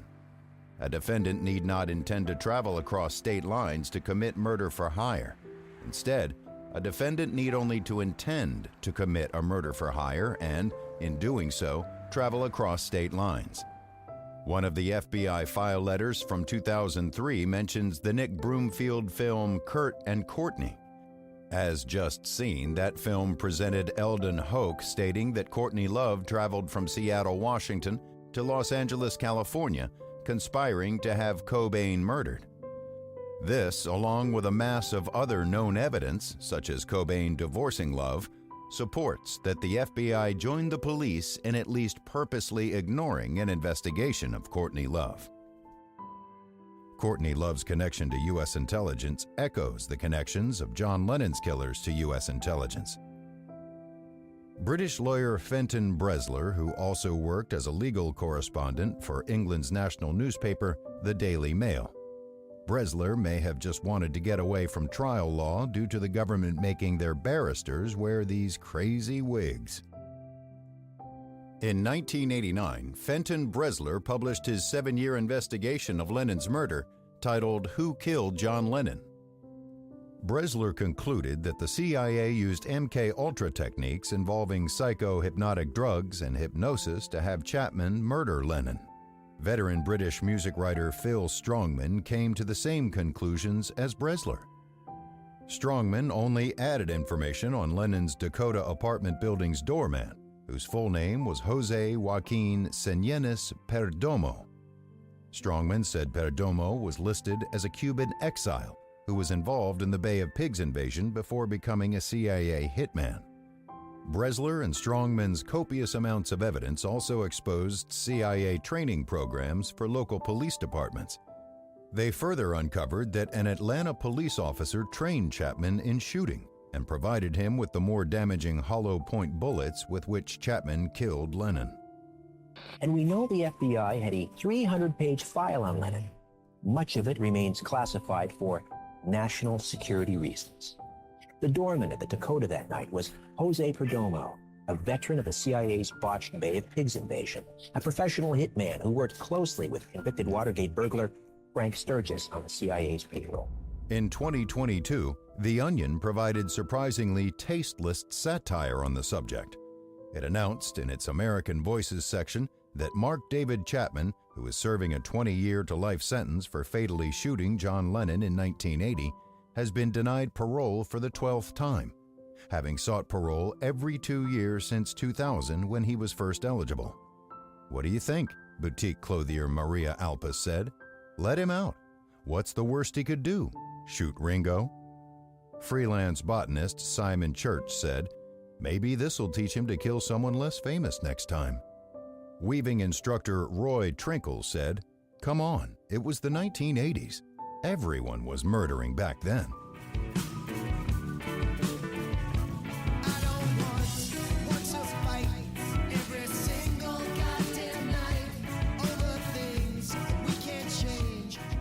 The other top music icon of the 1990s, rap and film star Tupac Shakur, had worked with his extended Black Panther family to decrease drug dealing nationwide.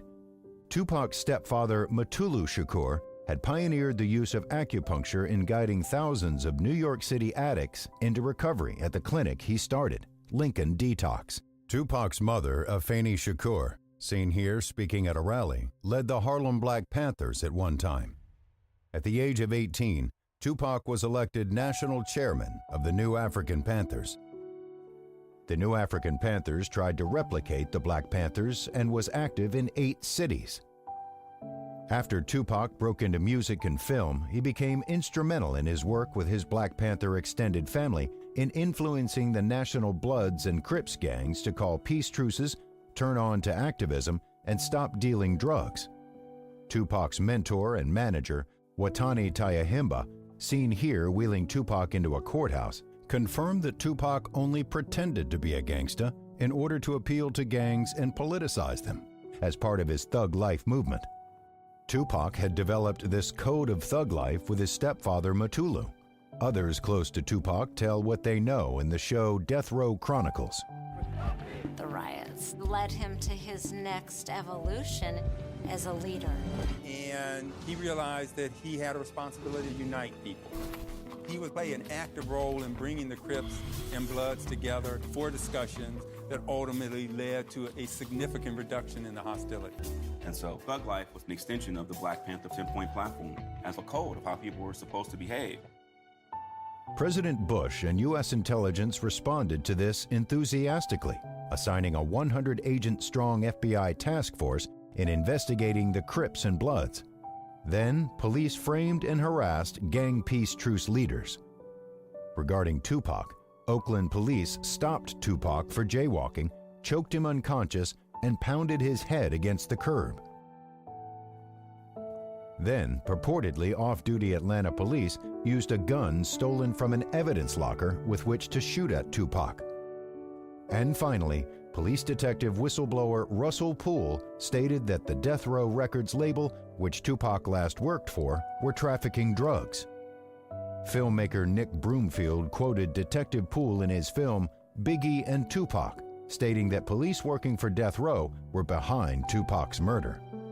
Ex-Detective Poole resigned after 18 years on the force when he was prevented from investigating fellow police officers whom he believed to be involved in the murders of Biggie Smalls and Tupac Shakur. Because it was no secret that Death Row Records was involved in drug trafficking. Some years after Detective Russell Poole came out with this information, disgraced police officer Greg Kading was brought out of a forced early retirement after getting caught lying in court to provide cover-up disinformation on this case. In A&E's documentary series Who Killed Tupac, civil rights attorney Benjamin Crump interviewed many people involved in Tupac's life and death. He interviewed Detective Greg Kading, who had said that he talked with a Crip gang member named Keefe D, who was awaiting trial. Keefe D was facing decades in prison for major drug dealing charges. Kading said that he was able to have Keefe D say that he and his nephew, Orlando Anderson, killed Tupac in exchange for leniency in his drug case. What was the deal that was offered to Keefe D when he made these confessions? Anything that he says, any self-incriminating statements can't be used against him. In exchange, he would get leniency on the drug charges that were pending. How much leniency did he get? He was never prosecuted. Here's Dwayne Keith Keefe D. Davis displaying the consistency of his story as Detective Kading's top witness. Some death row employees had led Tupac into a scuffle with Keefe D's nephew, Orlando Anderson, in a Las Vegas hotel at about 9 p.m. after a Mike Tyson fight in the MGM Grand Hotel in Las Vegas. Keefe D said this led Anderson to drive with him in a car where Keefe D gave Anderson the gun with which he murdered Tupac. And if I'm not mistaken, Orlando, he hurt his shoulder, right? Yeah, they kicked his shoulder and he went to the hospital, picked up. They put him on a sling. Now it all makes sense. After scuffle at 9 p.m., Orlando went to the hospital emergency room on his own and had his right arm put in a sling. He then came out of the hospital and spontaneously found exactly where Tupac was and carried out his murder by 11 p.m. Here's Chris Rock's explanation of why he thinks the government hates rap. Yo, Tupac was gunned down on the Las Vegas Strip after a Mike Tyson fight. Now, how many witnesses do you need to see some shit before you arrest somebody? Shit. More people saw Tupac get shot than the last episode of Seinfeld. Filmmaker Nick Broomfield made an updated version of his Biggie and Tupac film 20 years later, titled Last Man Standing. In that film, Greg Kading said that David Mack and Rafael Perez, notorious for trafficking drugs and killing gang members as part of the infamous Los Angeles Ramparts scandal, never worked for Death Row Records. David Mack, the LAPD officer, never ever worked or was affiliated and associated with Death Row Records at all. Neither was Rafael Perez. Hi. Good morning. Very good of you to see us. What makes Kading's comments about Mack and Perez look especially weak is that even Police Chief Bernard Parks himself said they worked for Death Row. We know that David Mack and Rafael Perez both work security in this rap culture as it relates to some of these artists, but we have had Death Row Records. Greg Kading and the powerful people behind him must have regretted not getting to offer Chief Parks anything big before this interview for Parks to give a different response here.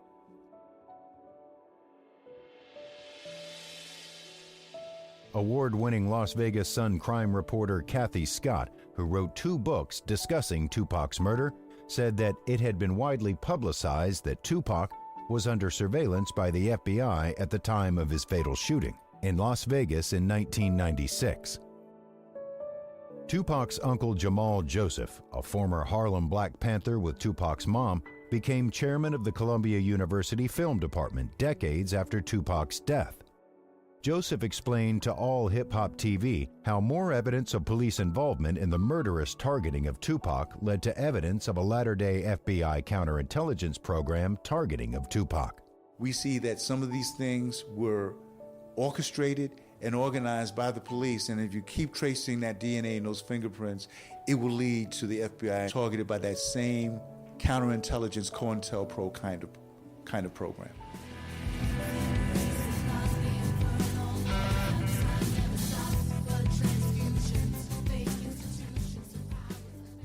Based on the CIA's own reports, researchers believe the oligarchs have continued using their most studied MK-Ultra drug, LSD, into the present, either overseas or in private organizations. Furthermore, the CIA front group, the Human Ecology Fund, appeared to become privatized and outsourced to groups such as the Multidisciplinary Association for Psychedelic Studies, or MAPS. MAPS's founding in 1986 during the Reagan-Bush presidential administration seems no coincidence.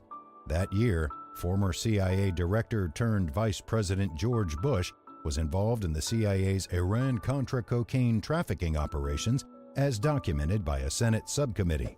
It became an international scandal involving agents of the Central Intelligence Agency supporting the Contras, funded through cocaine trafficking, trying to overthrow the socialist Sandinista government in Nicaragua.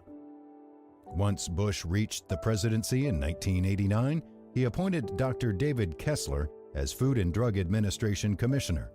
Kessler approved university testing of psychedelics in 1990, just after his approval by the U.S. Senate. MAPS founder Rick Doblin said FDA doctors helped guide him, including Dr. Curtis Wright. Investigative journalists later called FDA Director Dr. Kessler and Dr. Wright top culprits in the OxyContin scandal. These journalists called it the greatest medical disaster in U.S. history. The opioid epidemic that has fueled so many drug overdose deaths, they now top all the nation's deaths in world wars. The FDA approved OxyContin and minimized its addictiveness. Dr. Wright suggested the FDA should limit competitive production from other companies. 2 years later, he began working for the drug maker Purdue Pharma. Dr. Curtis Wright's problem was that his mind and ethical compass were eternally focused on space. In first approving psychedelic research for Dick Doblin's MAPS organization, Wright said he and his colleague believed if we could put a man on the moon, we could study any drug. In a since-removed interview with editor R.U. Sirius, Doblin described Dr. Wright as a Trekkie who had programmed his FDA computer to make all sorts of Star Trek sounds. Wright was eternally in space, the final frontier. This was the same place Timothy Leary had his ashes launched, after first having planned to cryogenically have his head severed and brain frozen. It's a familiar trade-off most people debate for themselves: freeze the brain or send our ashes into outer space. In 2001, Drug Enforcement Agency, DEA, agents arrested 55-year-old William Leonard Picard, Deputy Director of UCLA's Drug Policy Research Program, for running one of the nation's largest LSD laboratories. They arrested him at the laboratory site, a decommissioned missile base owned by Gordon Todd Skinner. Who doesn't own a missile base these days? DEA agents found enough raw materials there to make 16 million hits of LSD. Missile base owner Skinner had previously done work for the government on a drug bust. The DEA didn't bring any charges against Skinner, and it's none of your business why. The Bureau of Narcotics Enforcement, BNE, said Picard had previously worked with the CIA spook Ron Stark in the Brotherhood of Eternal Love's LSD laboratory. Picard had taken courses with and remained very close with Alexander Sasha Shulgin, who had been in the Navy and was working for Dow Chemicals, maker of Agent Orange and napalm. Shulgin and Dow synthesized MDMA, as well as super-strong psychedelic STP for the CIA.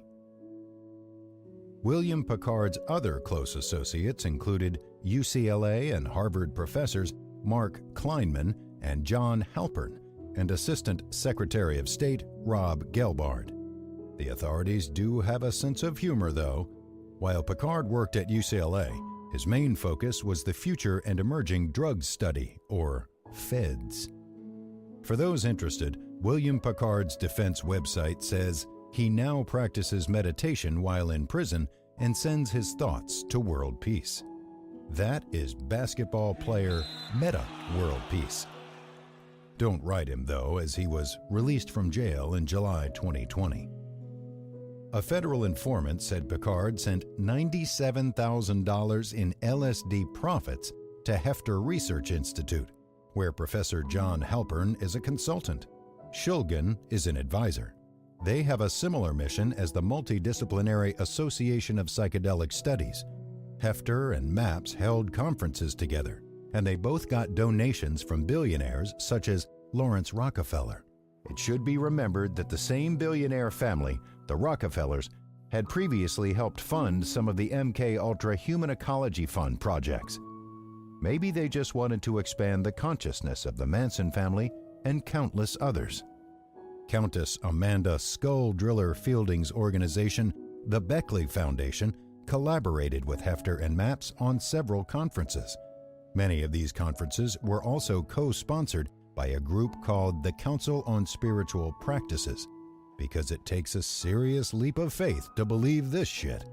The Council's spiritual practice often combines hallucinogenic substances with the mystical and the sacred, These are two words with Latin roots which mean little to nothing. Countess Skull Driller Fielding wasn't alone with her head drilling. She helped her ex-husband, Joey Mellon, drill a hole in his skull, and he wrote a book about it, titled Bore Hole. While the book was idiotic, it wasn't boring. Here's a video with Amanda Fielding and Joey Mellon displaying how sharp the skull hole made him. I was trepanned in March 1995 in a hospital in Cairo. I might have considered trepanning myself, but Amanda was quite keen to try and get it done medically. By 2019, MAPS policy director Natalie Ginsburg focused her work on how psychedelics could bring world peace. She worked on that peace-building study with London's Imperial College, the college that teaches imperialism at home and abroad. Amanda Fielding's Beckley Foundation had also formed a research program with the Imperial College. The Guardian newspaper wrote about the Beckley and Imperial College work that year with their interview of Fielding titled after her most technically scientific quote, "Acid can get deep down and reset the brain like shaking up a snow globe." About the pet pigeon on her shoulder from a 1971 photo, Fielding told The Guardian, "He's the reason I know telepathy exists." These three top psychedelic institutes, MAPS, Hefter, and Beckley, spent vast amounts of billionaire donors Rockefeller, Pritzker, and Musk money on studies at top universities around the world to promote psychedelics. They claimed that psychedelics did everything from curing addictions, mood disorders, headaches, inflammation, to promoting creativity, world peace, and a truly cosmic consciousness.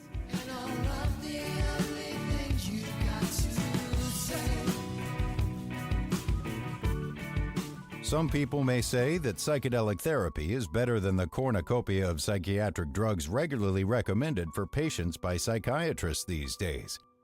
Others say try the least invasive new counseling techniques first, such as eye movement desensitization and reprocessing, or EMDR.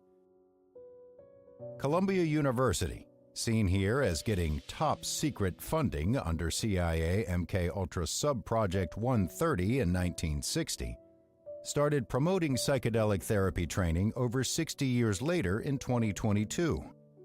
Columbia University Social Work's new psychedelic therapy training program presented many videos to their graduate community, such as this one. Of course, a MAPS trainer works at the Columbia program and is presenting. Here's a presenter in Columbia's psychedelic training video, Brooke Stott, a therapist who goes by she/her and is focusing on shame. Stott was also a founding project manager for Trans Health for transgender folks. Stott further completed the MAPS MDMA-assisted therapy training, despite that it's not legal yet. Two more of the four presenters for this training identified as LGBTQ. Did MAPS and Columbia purposely hire so many from this community to help deflect attacks on their work promoting harmful drugs? MAPS and Columbia purport to believe that the benefits of MDMA, better known as ecstasy or Molly, outweigh the risks. This comes despite that a metadata study derived from 26 studies of 600 ecstasy users, cited in Science Daily, found that taking the drug even just once may cause significant short and long-term memory loss. Brooke Stott says here, train now for psilocybin or psychedelic mushrooms and MDMA-assisted therapy, as her program expects its availability in the coming years. These therapies are not yet available in the U.S. outside of a research setting. We're bringing you this content with the anticipated rescheduling of MDMA and psilocybin in the coming years. Don't you dare shame her and Columbia for promoting something that's dangerous and illegal. With this mass promotion of former MKUltra projects, it may help to revisit a few more of the people involved in these past psychedelic research programs to see how benevolent or malevolent the current psychedelic programs may be. Besides the Manson family, Two other good examples come to mind, and the second example deserves an in-depth examination. As previously noted, Harvard's MK Ultra money had funded Professor Richard Alpert before he jumped out a second-floor window while tripping and broke his arm. Harvard's MK Ultra project money also paid one of their students, Ted Kaczynski, aka the Unabomber, to take LSD in experiments at Harvard. A much more hidden story gained more attention in 2017, involving an infamous Baltimore priest named Father Joseph Maskell, who was made known to the world in Netflix's Emmy-nominated documentary series, The Keepers. In Baltimore, Johns Hopkins University trained Father Joseph Maskell in counseling in the early 1970s. At this time, Hopkins, like Harvard, had also already received funding from the CIA's Project MK Ultra, listed in CIA MK Ultra documents transcribed in this book as MK Ultra Subproject 87. Psychiatrist Colin Ross printed this information in his book, The CIA Doctors, after reviewing the 10,000 CIA MK Ultra documents released, such as this one in the appendix. Johns Hopkins had a long history with MK Ultra in that their psychiatry department chair, Dr. John C. Whitehorn, received MK Ultra funding, and then, after retiring from Hopkins, Whitehorn became director of the Human Ecology Fund, the MK Ultra funding front group. This article says that Johns Hopkins Psychiatry Department also joined with Spring Grove Mental Hospital in conducting extremely precise, cutting-edge research such as lobotomies, which cut out people's frontal lobes with a scalpel. Here's Hopkins Psychiatry Director Emeritus John Clare Whitehorn discussing talking to patients. Looking back a quarter of a century over my work at the Hopkins,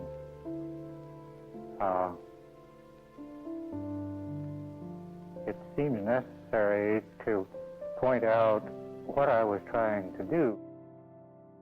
It's uncertain if Hopkins had given Whitehorn a lobotomy before making this video. Besides the documentary series The Keepers covering Father Joseph Maskell, it also highlighted an Archbishop Keough Catholic Girls High School English teacher, Sister Kathy Sesnick. The documentary stated that many girls started confiding to their beloved teacher, Sister Kathy, that school chaplain Father Joseph Maskell was raping them and having others rape them in his office. The Keepers followed Sister Kathy's former students Gemma Hoskins and Abby Schaub as they spent many years investigating the murder of their beloved high school teacher in 1970. With the Keepers' popularity and Emmy Award nomination, it appeared to spur the Maryland Attorney General to investigate the Archdiocese of Baltimore and to finally come out with a 456-page redacted report on decades of sexual and physical abuse by priests and other employees of the Catholic Church in April of 2023. Here is Maryland's Archbishop William E. Laurie in his work clothes. No, this is not a Halloween costume. The Attorney General's report discusses the judicial system and press actually aiding the church in cover-up. Even in some of the rare instances when sexual abuse was prosecuted, the judicial system and the press colluded with the church to avoid transparency and accountability. A closer look at revelations about Archbishop Keough High School's Father Joseph Maskell presents more evidence as to why the church had so much power over the media, the police, prosecutors, the FBI, and the judicial system. Evidence supports that Father Joseph Maskell and an unknown number of other priests were working with the CIA's Project MK Ultra. Besides Father Joseph Maskell being trained in counseling from the Johns Hopkins, who were working with the CIA's MK Ultra, Father Joseph Maskell worked as the chaplain for the Maryland State Police, the Baltimore County Police, and the Air National Guard, where he held the rank of lieutenant colonel. Former Baltimore Sun reporter Tom Nugent, also featured in The Keepers, wrote that Maskell further worked for several years as chaplain at the U.S. Army's Fort Meade military base, which is the home of the National Security Agency. Tom Nugent said 20-year-old Baltimore County office worker Joyce Malecki's murdered body was found on the Fort Meade military base in November of 1969, near the time of Sister Kathy Sesnick's disappearance. Journalist Nugent said the FBI is charged with solving murders on U.S. military bases and told him in 2004 that it had never investigated the Malecki killing and had no records at all related to any investigation of the case. But in 2014, in response to a Freedom of Information request, the FBI reportedly confirmed having compiled thousands of pages on the Malecki murder and, despite a promise to release them, still sits on nearly 6,000 pages. In response to this lack of fidelity, bravery, and integrity, an FBI spokesman said, "Our evidence response team has spent years with guns drawn looking all over our offices and Fort Meade, but we just had a hard time finding anything related to that Malecki murder." Nugent said that time period had 4 other unsolved killings of teenagers, leaving investigators wondering if they are connected to sexual abuse at Archbishop Keough High School and several other Baltimore area Catholic schools. Investigator Gemma Hoskins, seen here being interviewed on The View, had been inspired to become a teacher by Sister Kathy Sesnick and won a Maryland Teacher of the Year award. Here she is on The View. It's so horrifying. What has the reaction been, Gemma, since you released this series from people? It's been overwhelming. It was surreal. We have been on the receiving end of many more stories of abuse, and Jeans is representative of many of those. Right now, we have probably almost 100 people who have come forward that claim to have been abused by Maskell, and we, not just Maskell, right? The implication is that others are involved. Yes. The police Yes. department, Yes. doctors. Yeah. Right. Gemma Hoskins continued her investigations after the Keepers filming and started a podcast interviewing more victims as well as outside experts. Maskell victim Jean Hartigan Wayner discussed her abuse on this CBS Morning News show. I remember being raped by Maskell. Jean Hargadon Wayner says she was also abused by Maskell at the same Catholic school. He was in this pattern of manipulating, controlling. In a 2022 podcast, Jean Wayner recounted how Father Maskell had police come in the back door of his office to rape her, such as Police Captain James Scannell and Officer Robert Zimmerman. In 2023, after the Attorney General released the church sex abuse report, mainstream news programs such as CBS Morning News interviewed Attorney General Anthony Brown about the report and the cover-up. Maryland Attorney General Anthony Brown issued the report. For many, it ruined their lives, their families, and as disturbing, we found a extensive cover-up in an effort to conceal the abuse.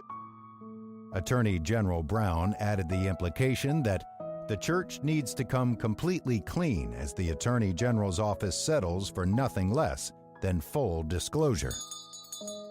The Keepers documented how Maskell's victims Jean Hartigan Wayner and Teresa Lancaster brought a lawsuit against Father Joseph Maskell, accusing him of rape.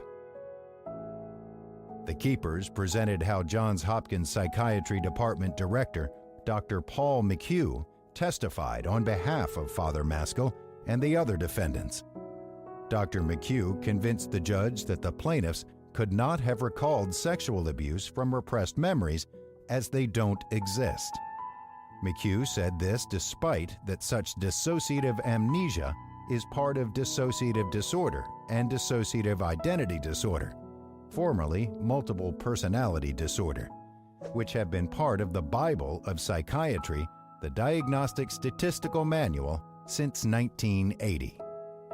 Years later, in 2017, the Baltimore Archdiocese ended up disagreeing with its star witness, Dr. McHugh, when its spokesman, Sean Kane, told the Baltimore Sun that the church fully acknowledges abuse committed by Maskell, paying out over $10 million in settlements related to abuse, including Maskell's victims.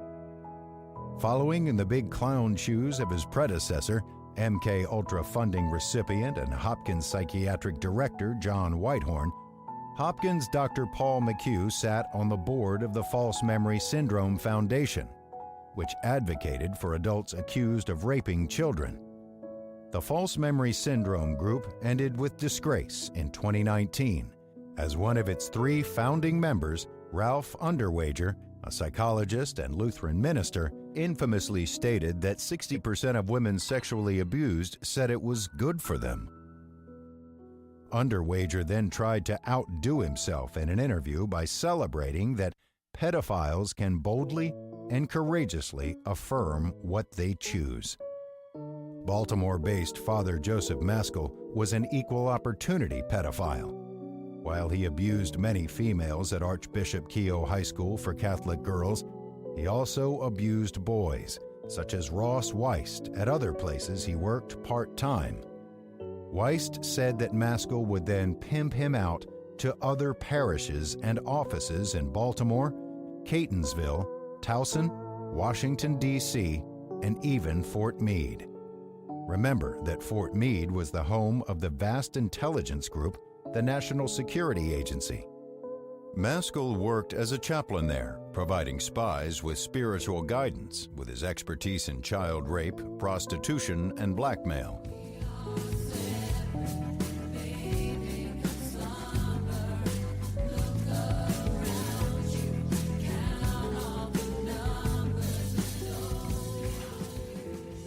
The Maryland Attorney General's Church Sex Abuse Report identifies 158 priests sexually and physically abusing over 600 victims over the past 80 years. Investigators told the court there are likely hundreds more victims.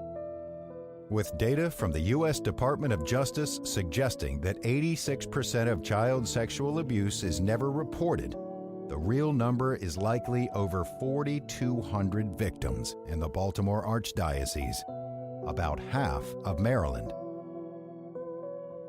And with similar Attorney General reports from Massachusetts and Pennsylvania, this is a tiny percentage of the United States of sexual abuse.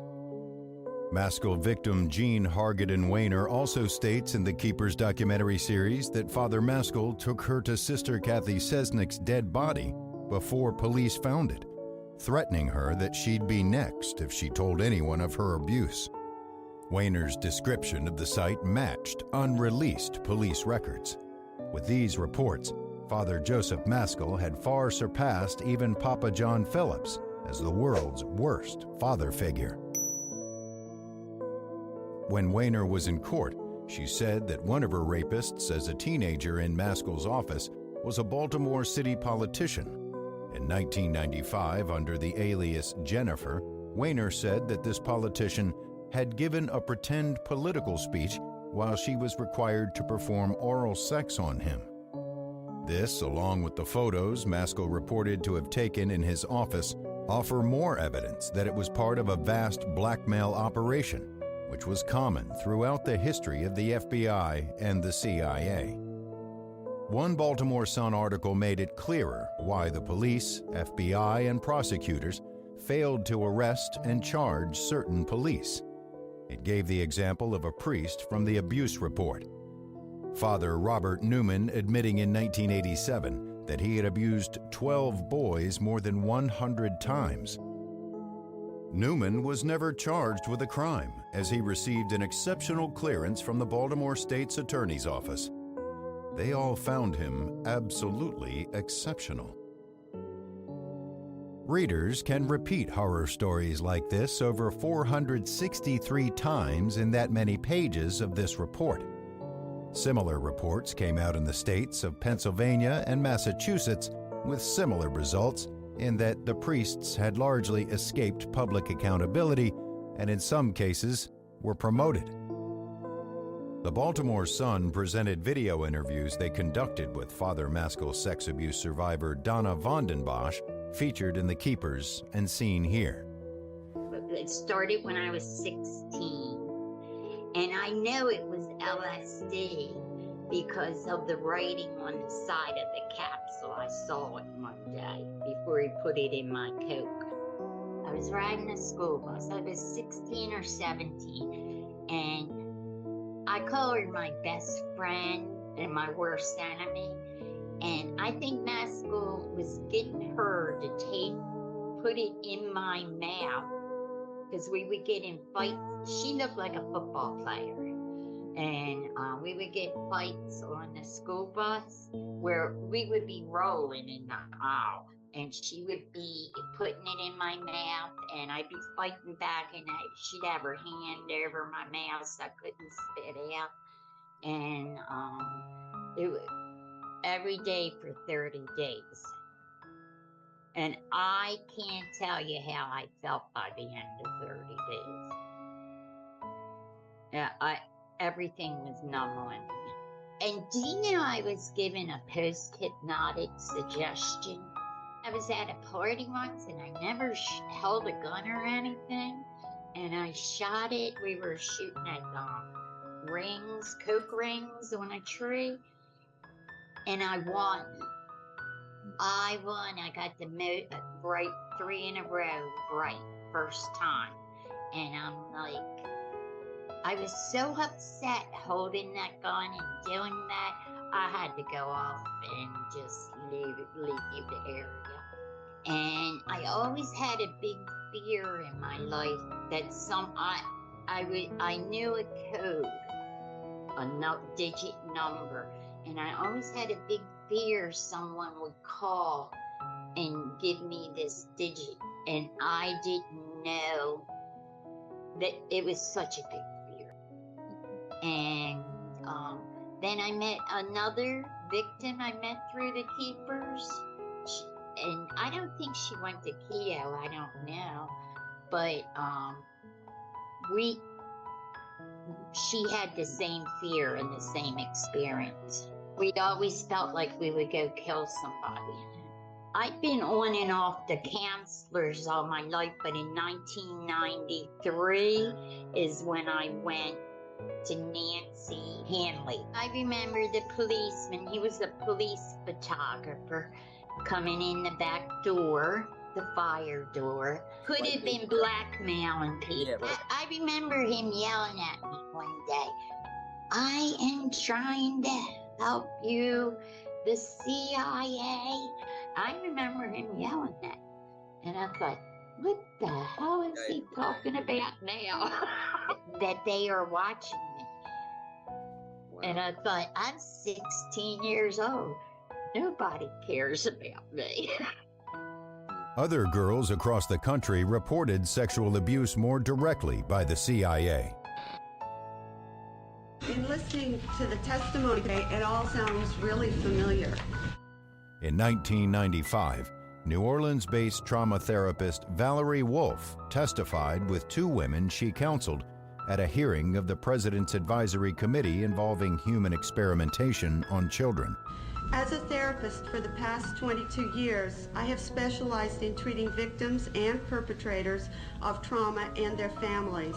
When word got out that I was appearing at this hearing, nearly 40 therapists across the country, and I had about a week and a half to prepare, contacted me to talk about clients who had reported being subjects in radiation and mind control experiments. The consistency of people's stories about the purpose of the mind control and pain induction techniques such as electric shock, use of hallucinogens, sensory deprivation, hypnosis, dislocation of limbs, and sexual abuse is remarkable. One of Wolf's 2 testifying counseling clients, Chris DiNicola, testified about her experience as an experimental subject.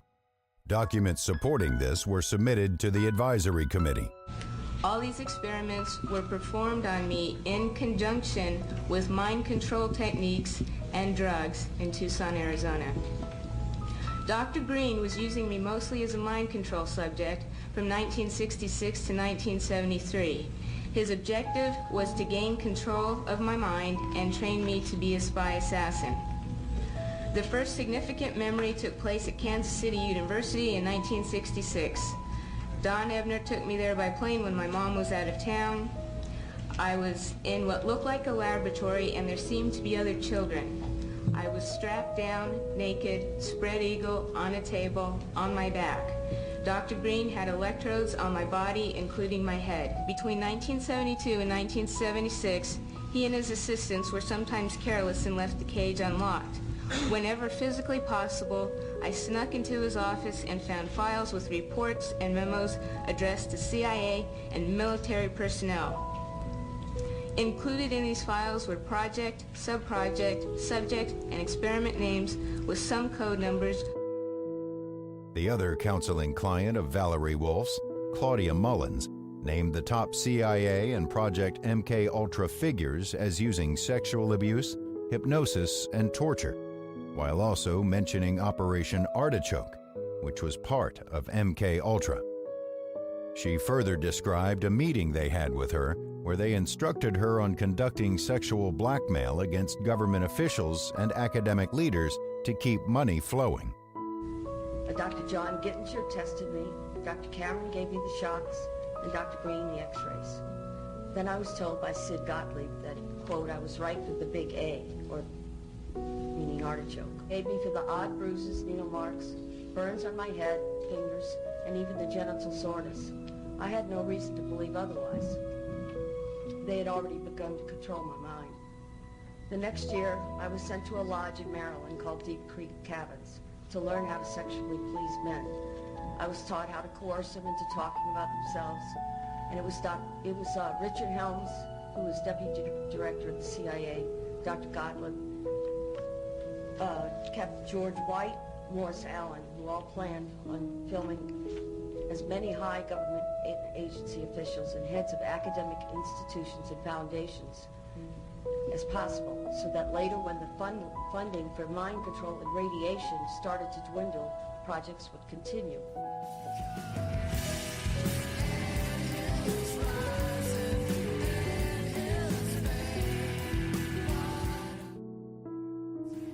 The year before the 1995 President's Advisory Committee hearing, Father Maskell victims Jean Weiner and Teresa Lancaster had filed the aforementioned lawsuit against Father Maskell, and that lawsuit also included fellow Archbishop Keogh chaplain Neil Magnus and local Baltimore gynecologist Dr. Christian Richter.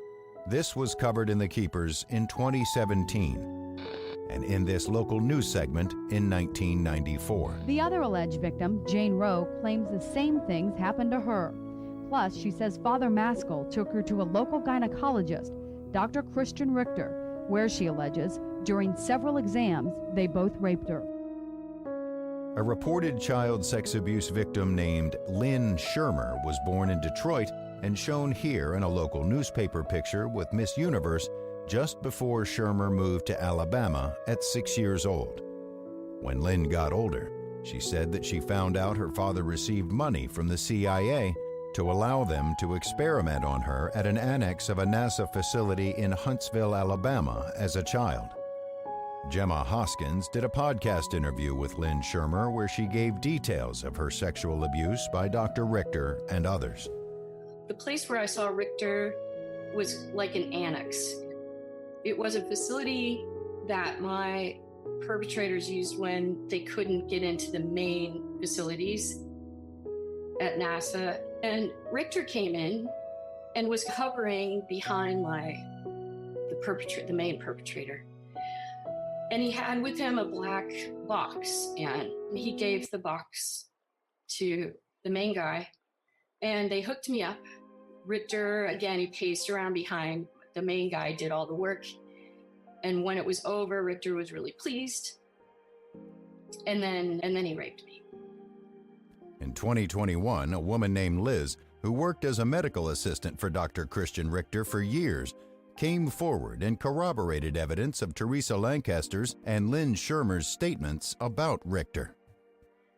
Liz described a locked basement exam room, illegally working with patients without assistance, and Richter having and moving the black EKG machine Schirmer described when Richter traveled often.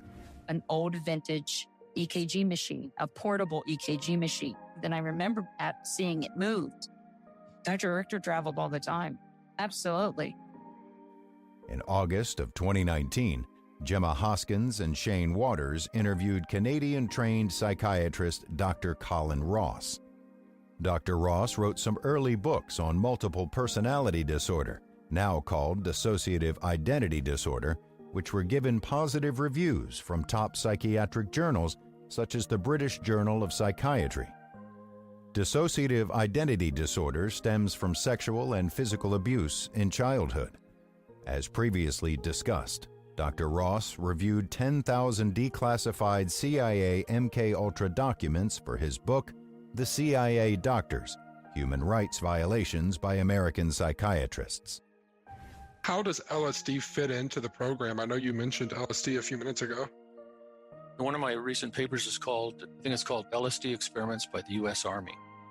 And it's a detailed history of, so the Army, the Air Force, the Navy, and the CIA all did LSD experiments. And these included under MKUltra and related programs. We asked some of the survivors if they had questions that they would like us to discuss with you. Gemma, I'll let you ask the first one. Okay. And before I do this, I want both Dr. Ross and our listeners to know that the reason Shane and I began to look into the MKUltra facet of this is because of Jean Weiner. She and the women that sent me questions, they really do believe they were programmed. When I was in my 20s, I was missing large gaps in my personal history.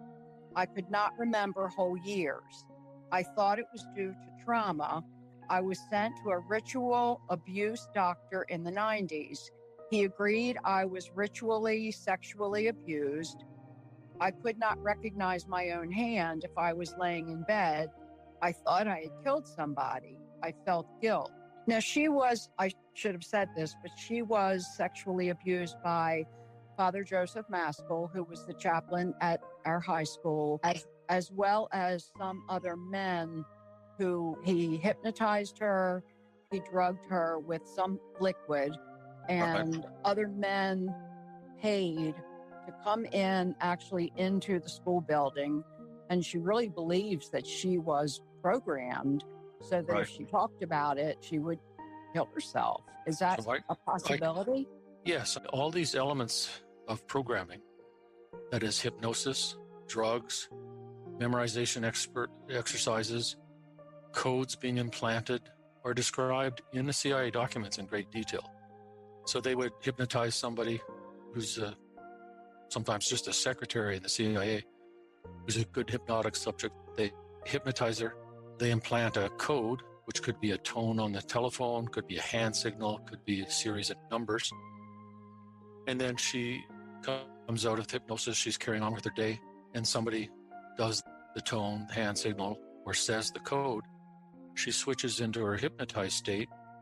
She goes and retrieves some documents or hands off what she thinks is a bomb, or in one case, pulls the trigger on what she thinks is a loaded gun to kill a military officer that she knows. Of course, it was all not real bullets. So all these things are described in great detail in the CIA documents. They actually happened for sure. Post-hypnotic suggestions are like completely validated in the hypnosis literature. There was a psychiatrist that the Archdiocese of Baltimore had a contract with, and he traveled to different schools, and he was authorized to administer certain tests and to evaluate students. And he was very close friends with Joseph Maskell, and we found that they were personality tests with a scale that would have been used to screen possible candidates for susceptibility. And we have heard from like hundreds of alumni who said they were given that test in a classroom in their freshman year.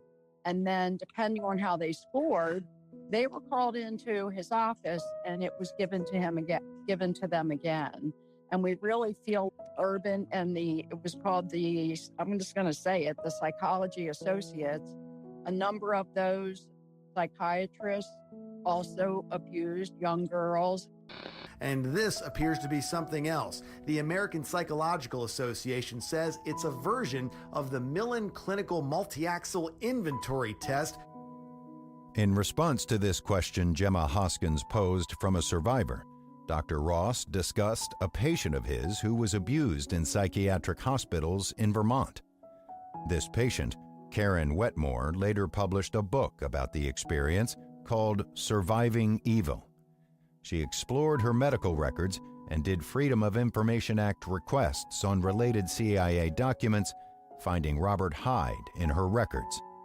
Dr. Ross found CIA documents saying Robert Hyde contracted with MK Ultra on Subproject 63, 66, as well as Subproject 10. In her medical record is the name Robert Hyde, who was a top secret cleared LSD contractor under MK Ultra. And there's numerous other connections into MK Ultra from the doctors who were at the hospital. And this includes the CIA program, all fully documented, and the name of the guy and the name of the psychological test, who was a CIA officer. And these tests were widely administered at schools and other locations in Vermont and throughout the United States. That's absolutely a fact. Another question matched many survivors' questions about Father Maskell giving them LSD. This comes likely due to the fact that studies reflected in books such as this about LSD state the drug provides a marked heightening of patients' suggestibility. After talking to a national audience in The Keepers and shows such as The View, Gemma Hoskins could only express her most radical conclusions on podcasts such as one produced by author Nick Bryant. Nick Bryant discovered the tragic plight of boys in a vast Nebraska foster home who he reported were trafficked to Washington, D.C. politicians in his book, The Franklin Scandal, published in 2009. In 2011, Bryant attained billionaire pedophile and drug pusher Jeff Epstein's Little Black Book, but couldn't get a single news source to publish its contents until Gawker published his article on it in 2015. Finally, on July 18, 2019, magazines such as Vanity Fair said journalist Nick Bryant comes in from the fringe, though mainstream media had put him there for years. Gemma Hoskins summarized here how she found Father Joseph Maskell's network of prostitution, drugs, and trafficking spanned the East Coast. Who had been abused by Maskell or somebody in his network. And I've learned over the last 5 years that that network was huge. I think it spanned the whole East Coast. I think it was a network of prostitution, drugs, like trafficking. Gemma further told of the FBI lying around Joyce Malecki's death before Nick Bryant summed up how he found that U.S. intelligence censors any sensitive information such as this. With the Franklin scandal, the FBI intimidated the kids. So they wouldn't talk. The FBI certainly played an integral role in covering up Epstein. Right. The Franklin scandal, ultimately, if you follow all the threads, intersects with intelligence. So when it runs into that area, it's very easy for intelligence to just quash it. The only slight silver lining in all this bad news is that the work of advocates like Gemma Hoskins and all of the sex abuse survivors had some success in 2023. That year, they finally convinced Maryland lawmakers to pass and the government to sign the Child Victims Act, which will end Maryland's statute of limitations for when lawsuits can be filed against institutions for child sexual abuse.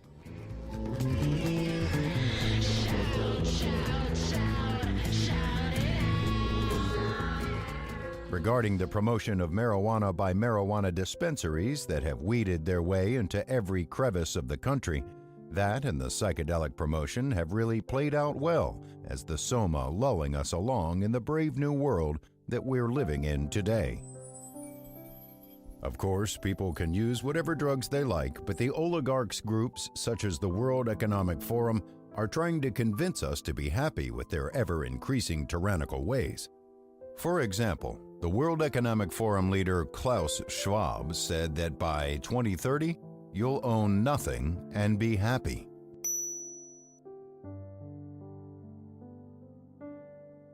Klaus Schwab grew up as the son of a factory manager in southern Germany.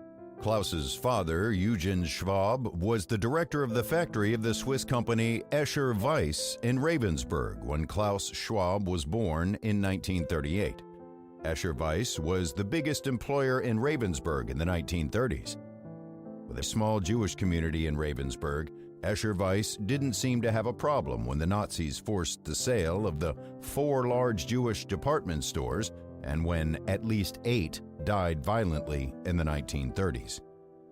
Under the term racial improvement in Ravensburg, people with mental or physical illnesses received 389 sterilization operations in the 1930s. Eugen Schwab was true to his name in leading a proud eugenics community of Nazis whose party awarded the Escher Weiss Ravensburg branch the title of National Socialist Model Company, while Schwab was at the helm. When World War II started, Escher Weiss benefited from the fact that 3,600 forced laborers worked in Ravensburg, who the company kept in a special camp. Come on, who doesn't like camp? Escher Weiss was working on a large order of flamethrowers for Hitler's war effort. Escher Weiss also led industries in turbine technology. The Norsk hydro plant, part powered by Escher Weiss, was the only industrial plant under Nazi control capable of producing heavy water, an ingredient essential for making plutonium for the Nazi atomic bomb program. Eugen Schwab and company almost helped the Nazis win World War II. The WEF also is trying to convince us through their tweets that not wanting to eat bugs in the future is bigotry. They ask, is it racist to not want to transition to a bug-based diet? To defy these World Economic Forum movements towards tyranny, we'll have to be our sharpest selves and not hanging out for hours getting high, acting like house cats.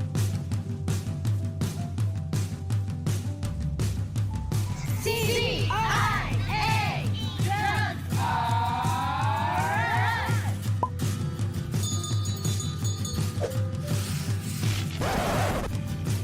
If you saw the colors in my mind, you'd be surprised to find there's nothing we can turn to lies besides the clear blue sky. And we've been sitting just outside the party, God, and I decide if it is worth it all to die again, die again, die again, die again, die again. If you saw the color